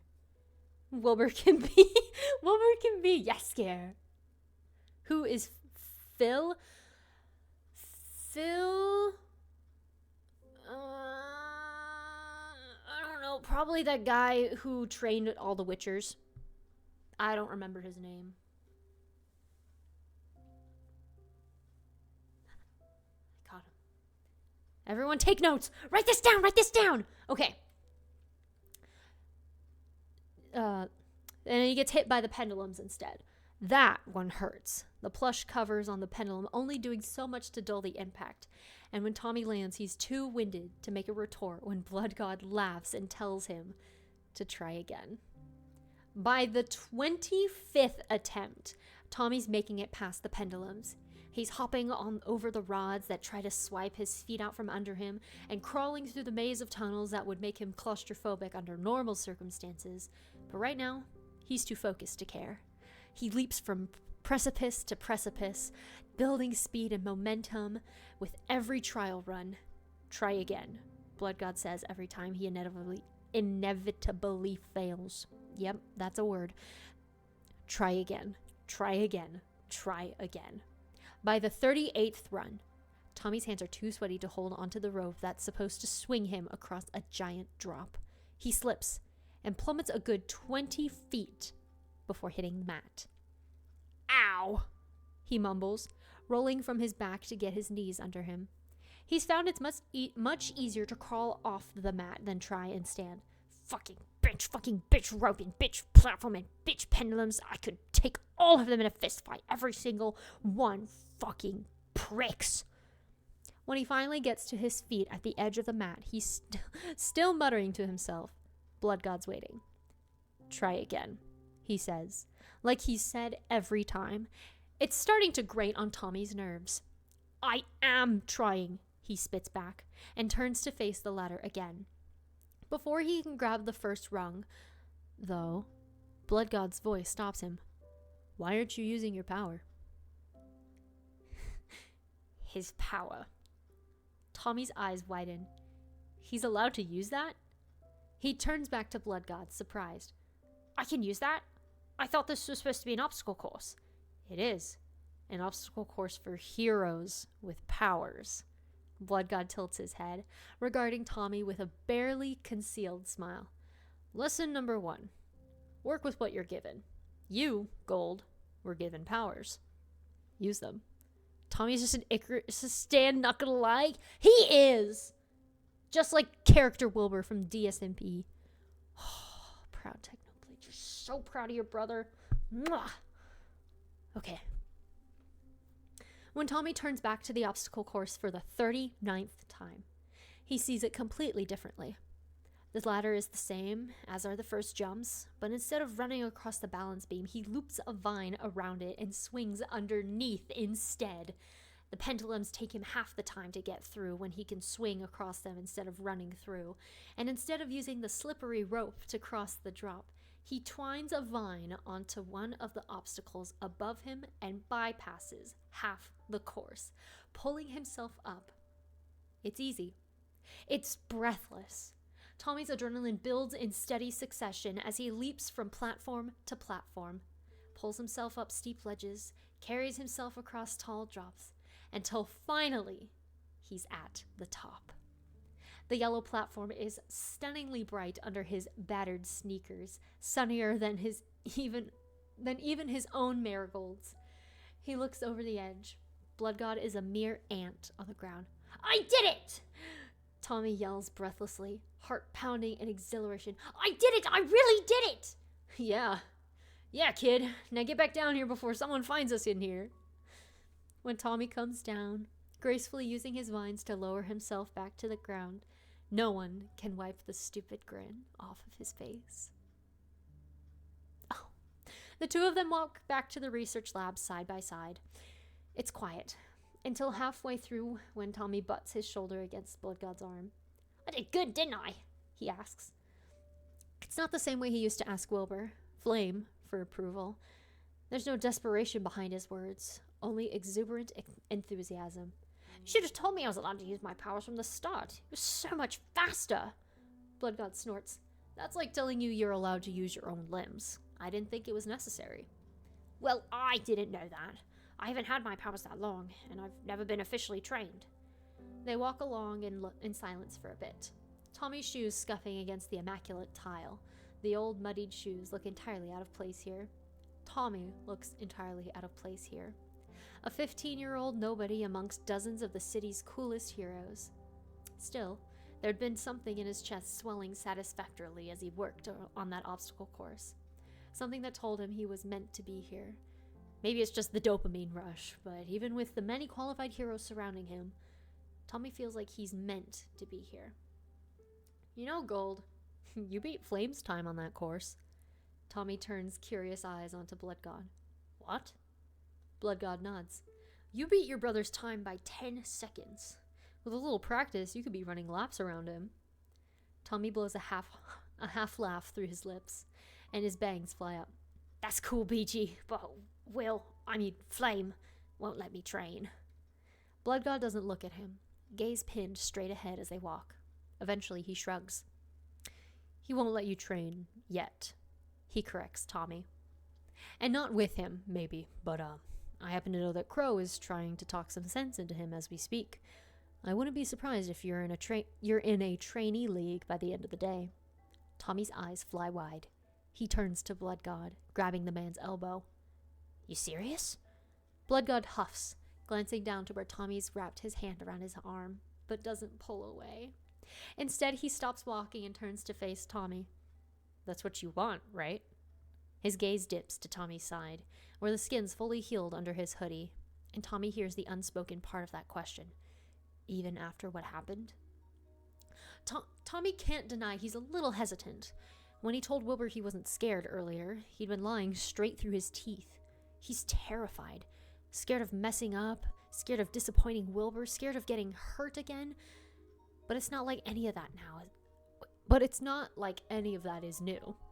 He'd been scared of those things before, too, albeit without the first-hand knowledge of how painful it actually was to get stabbed. Scared doesn't mean he can't do this. Scared means he knows enough to understand that hero work is scary, but that he wants to do it anyway. Tommy nods. Yeah, of course I do. Blood God blows out a breath. Okay, good. We're getting a couple other new recruits too, so you won't be alone. Have you met Ender and Stinger? B-Duo in the year of our Lord and Savior, 2024? What? Oh, I guess 2023 because this was written in 2023, but what? Holy cow. Tommy shakes his head, nose scrunching. Who the fuck is Stinger? Turns out, Blood God was right about Crow trying to talk sense into Wilbur. When he and Wilbur go home that night and start cooking dinner in their new kitchen, Wilbur leans over the counter and asks if he's really serious about wanting to train. Crow talked to me, he sighs, stirring together boxed pancake mix and water. It felt like a breakfast for dinner kind of night. Says he thinks you should be on the team, and I'm just being protective. You are. Tommy deadpans, but it's lighthearted and Wilbur knows it. Wilbur's lips quirk up. Only because I love you. Yeah, shut up and rescue your pancake from the pan. It's gonna burn. Oh, shit. Tommy giggles, pausing his chopping of strawberries to watch Wilbur frantically scoop his blackened pancake off the pan. When his brother returns to the counter, he's shaking his head in mock frustration. Who knew the guy who can control fire would consistently burn pancakes? The irony here is awful. Tommy smiles. At least you're good at reheating oven leftovers. This is true. For a minute, they work in comfortable silence. Tommy almost thinks Wilbur's forgotten of what the conversation started with in the first place, until his brother speaks up again. Are you serious about wanting to train? Even now that you know exactly what you're getting into and how risky it is, Wilbur asks. I told Crow I could help you if you want, but I can't do it all by myself. Blood God would be your official trainer. He offered, since he's already supposed to be training 2 other new recruits. Stinger and Ender. Tommy fills in. Wilbur looks up from his batter, surprised. Yeah. How'd you know that? Oh, Blood God just mentioned them while we walked out around the league. Briefly. They sound cool. Technically, it's the truth. Tommy's just leaving out the whole sneaking into a training room and testing out all the equipment part. Wilbur squints, obviously suspicious. Sus, but doesn't push. Instead, he pours another circle of batter into the pan. Well, are you serious? Do you really want this? Well, but I asked you to train me like 1,000,000 times as gold. Of course I'm serious. Even now, Will. I'm good at this. I like this. Wilbur flips the pancake, then turns back to Tommy. He looks anxious, scared, maybe even more scared than Tommy, but Tommy's steadfast determination, his shoulders sink. He relaxes, something like pride flickering across his expression before he turns back to the batter. All right, you start tomorrow. Blood God said Stinger and Ender come in at 5 after school. I have a shift at the diner until 7, but after that I'll be there. We're still working on tracking down Nightmare. Find anything yet? Wilbur shakes his head, face falling a fraction. No, he must be really new, because there's nothing on file and no other Hero League has managed to drag up anything either. The police don't have anything either, not without DNA, which I sort of burned. Tommy's brow furrows, and Wilbur clarifies. Your clothes. Beside the Heroes League rooftop, you're the only thing he touched. But I burned your clothes when the stains wouldn't come out, so now... Hey, Tommy interrupts, reaching across the counter as Wilbur ducks his head back down. He knocks his fist lightly against Wilbur's arm. I'm glad you got rid of them, he admits quietly. They were a real eyesore. What with all that blood and shit? He tries for a smile, and is glad when Wilbur tries to shoot one back. He doesn't think either of them left that night unscathed. But it's better now. It's getting better. So Tommy starts training. He meets Ender, a teleporter who's freakishly tall and even more freakishly nice, and Stinger, a boy only a year older than Tommy, whose powers paralyze whatever he touches. Whatever, not whoever, because Stinger's power also work on electric circuits, animals, and plants. A fact Tommy learns the hard way when they're fighting against each other, and Stinger managed to halt his plants in his tracks. Fuck, Tommy says, trying to pulse extra energy into his palm where his vines have frozen. It's no use. Blood God, watching from the corner of the mat, hums. Okay, can I just pause for a second? These transitions into the different parts of the timeline are astounding. I am following so smoothly. It's practically cinematic. I applaud you, Cat Ocean. Blood God, watching from the corner of the mat, hums. This is a good lesson to learn. Sometimes you'll run into people with powers that combat your own. Stinger's a good example for you, Tommy. Flame's another. Luckily, they're both on your team. But if they weren't, you'd need to find another way to defeat them. Weapons are one option. Outsmarting's another. Think fast. Tommy learns to think fast, then faster. He trains with Stinger, Ender, and Blood God most of the time, building stamina, building strength, until one day he comes home from training to find Wilbur standing in the middle of the living room, palm ignited. I was worried about that when you... Aww! Well, you don't need to be worried now, because even me, who struggles with reading sometimes, is following along great. Alright, what is this all about? Until one day he comes home from training to find Wilbur standing in the middle of the living room, palm ignited. Will, what are you doing? He asks, abandoning his backpack beside the front door. He usually goes to the league right after school lets out, so he has to shove it into one of the lockers while he trains. The smoke alarm's in this place. Wilbur cuts him off, tossing a weak spark across the room.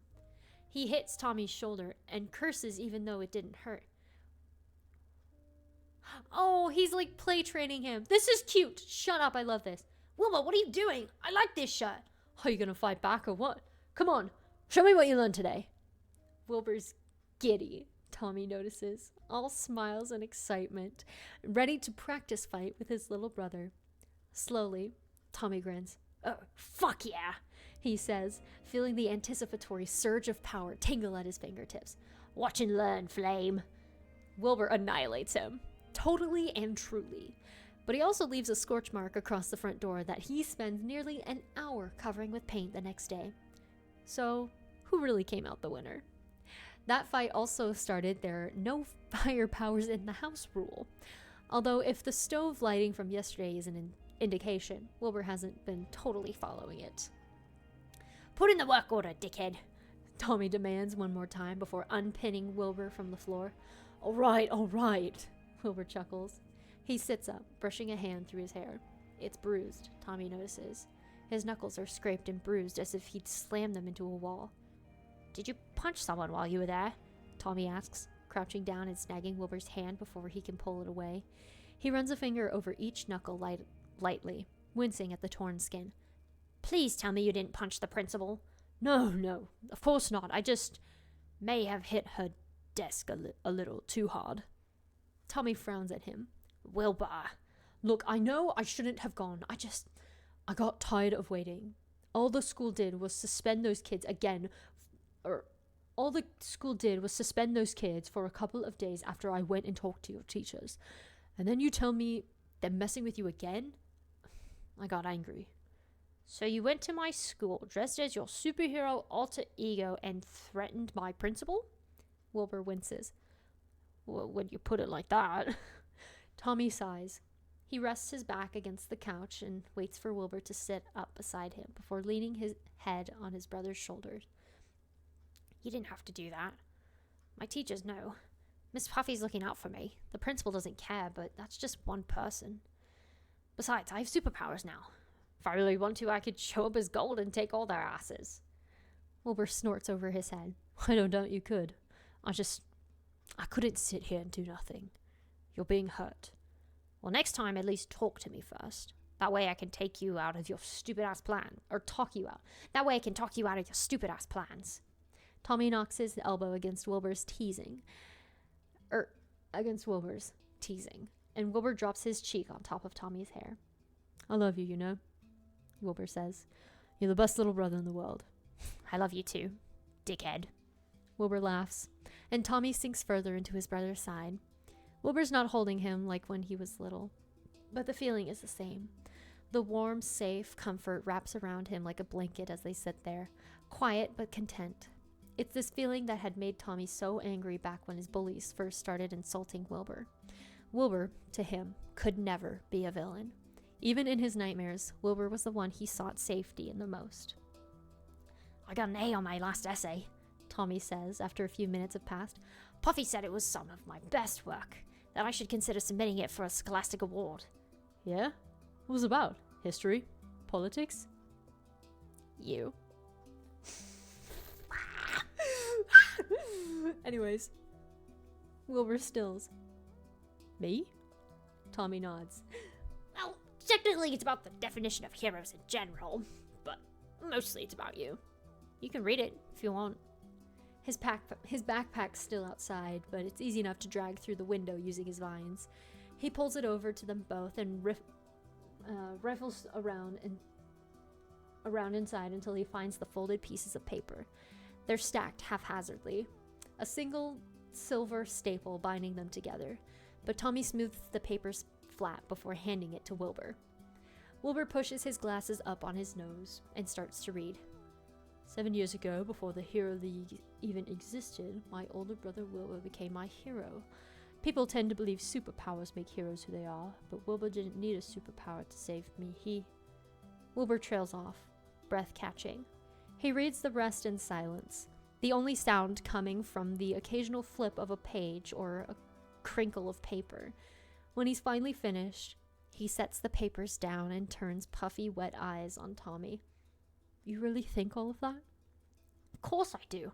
Why else would I have written it? Don't get all sappy on me, though. It's just an assignment. I practically had to write it. Despite the warning, Wilbur's eyes water further. He glances at the paper again. Tommy, this is wonderful. I'm so sorry. I haven't been living up much to that role as much as I should have been. Especially when we were fighting. God, I said some awful things. I did too, Tommy says, nudging Wilbur's side. It wasn't just you. Let's agree not to do that ever again. No more screaming.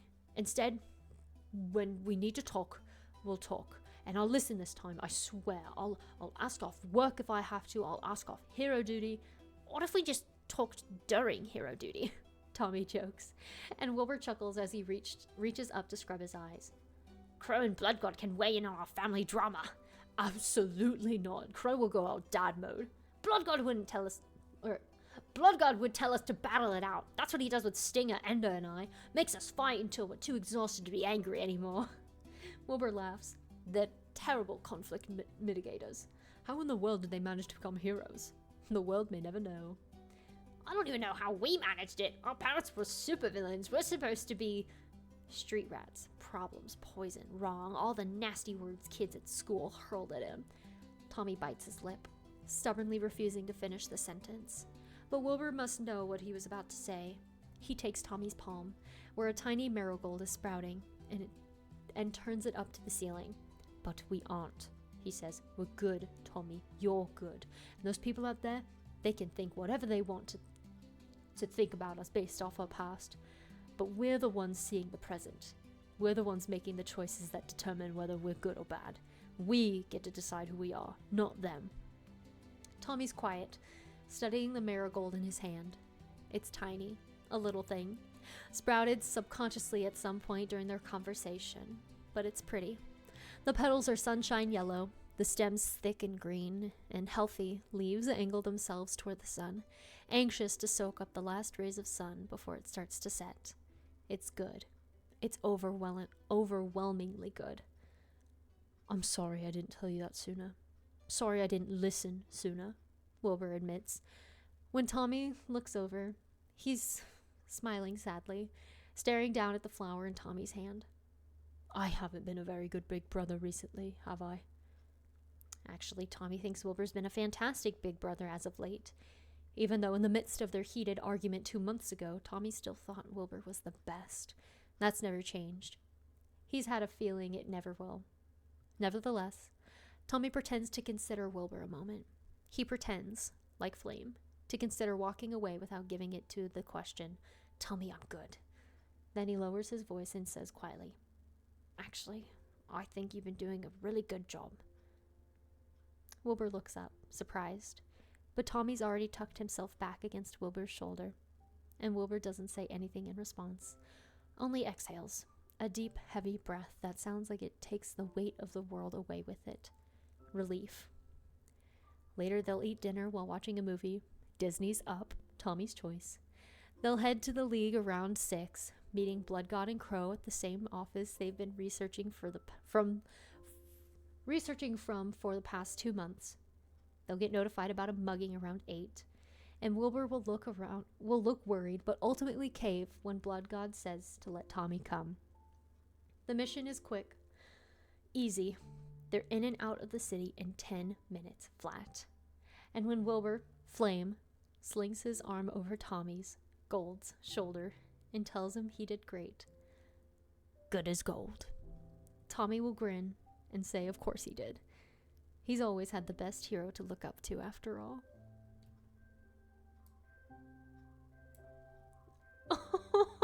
Oh, shut up! Shut up, I'm crying. Oh, that was just perfect. That was perfect. Bookmarking this. Bookmark. Get that in my bookmarks right now. Holy cow. What? That was amazing. That finished in October. Guys, I waited that long to read this to you. Holy moly.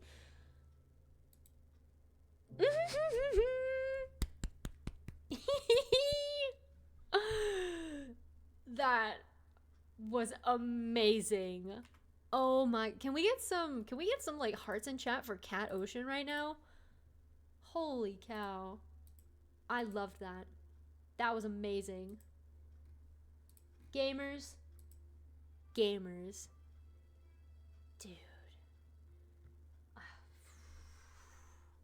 Hearts in chat. That was amazing. Dude. I'm gonna make Danny read this. I don't care. I'm gonna make all my friends read this. Have you ever heard of this? You don't have to know who these characters are. Just read it. Just read. Chapter 5 literally still has me in a chokehold. Holy cow. Y'all. Literally. When people are gonna like, oh, so what did you do on Sunday? Oh, how was stream? Like, you had to be there, man. Chapter 5, you had to be there. And they're gonna be like, what? I'll be all like, you had to be there.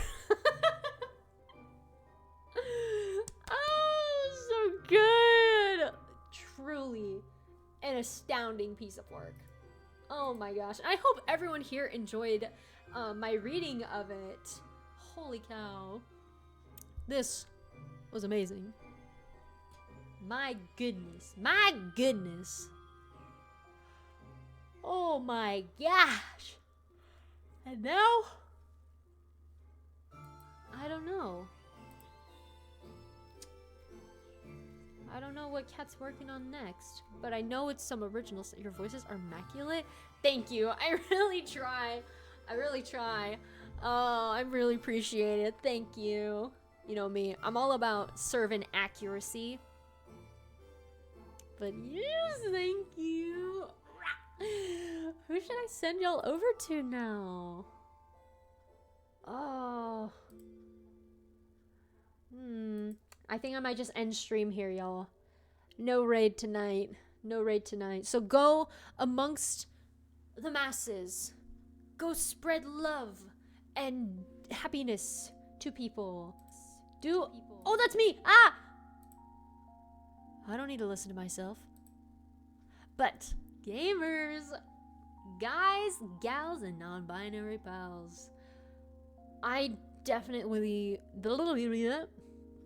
want to bring SBI Sunday back because this was a lot of fun. We just gotta find some completed fics to read, or at least one-shots, or, you know, something like that. I might just go through and read, like, a lot of Cercantis stuff, too. You know, the writer, Cercantis, very talented within the SBI community, because I know he's got, like, a lot of stuff that I haven't even read out loud. But we have read a couple of his fics before, but I'd love to get back into that. Yeah. Marcus Sarcantis, yes! We love Marcus. I still can't believe him and I are mutuals. It baffles me sometimes. I'm like, dang, that's crazy, bro. But yeah, gamers. So this will be up on the VODs channel later this week.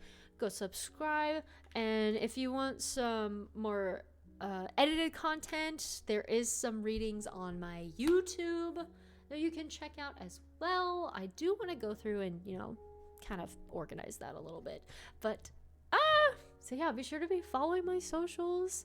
Yeah, So the Fool, thank you so much for the follow. You just caught me right at the end of stream. I'm so sorry. But be sure to like go back and read the broadcast, watch the broadcast, or listen to the broadcast if you want to hear the fic that we read tonight. But yes, oh my gosh, guys. Okay, I don't know what my schedule looks like for this week, but just know I will be live on Wednesday because I am live every Wednesday at 7 p.m. CST. And yeah, without further ado, chat, remember, you are beautiful, you are loved, you are worthy and valid, and I love you all very, very, very much. And I'll see you all in the next stream, probably Wednesday, because I want to do some editing this week. So keep the lookout for TikToks. Woo! All right. Bye!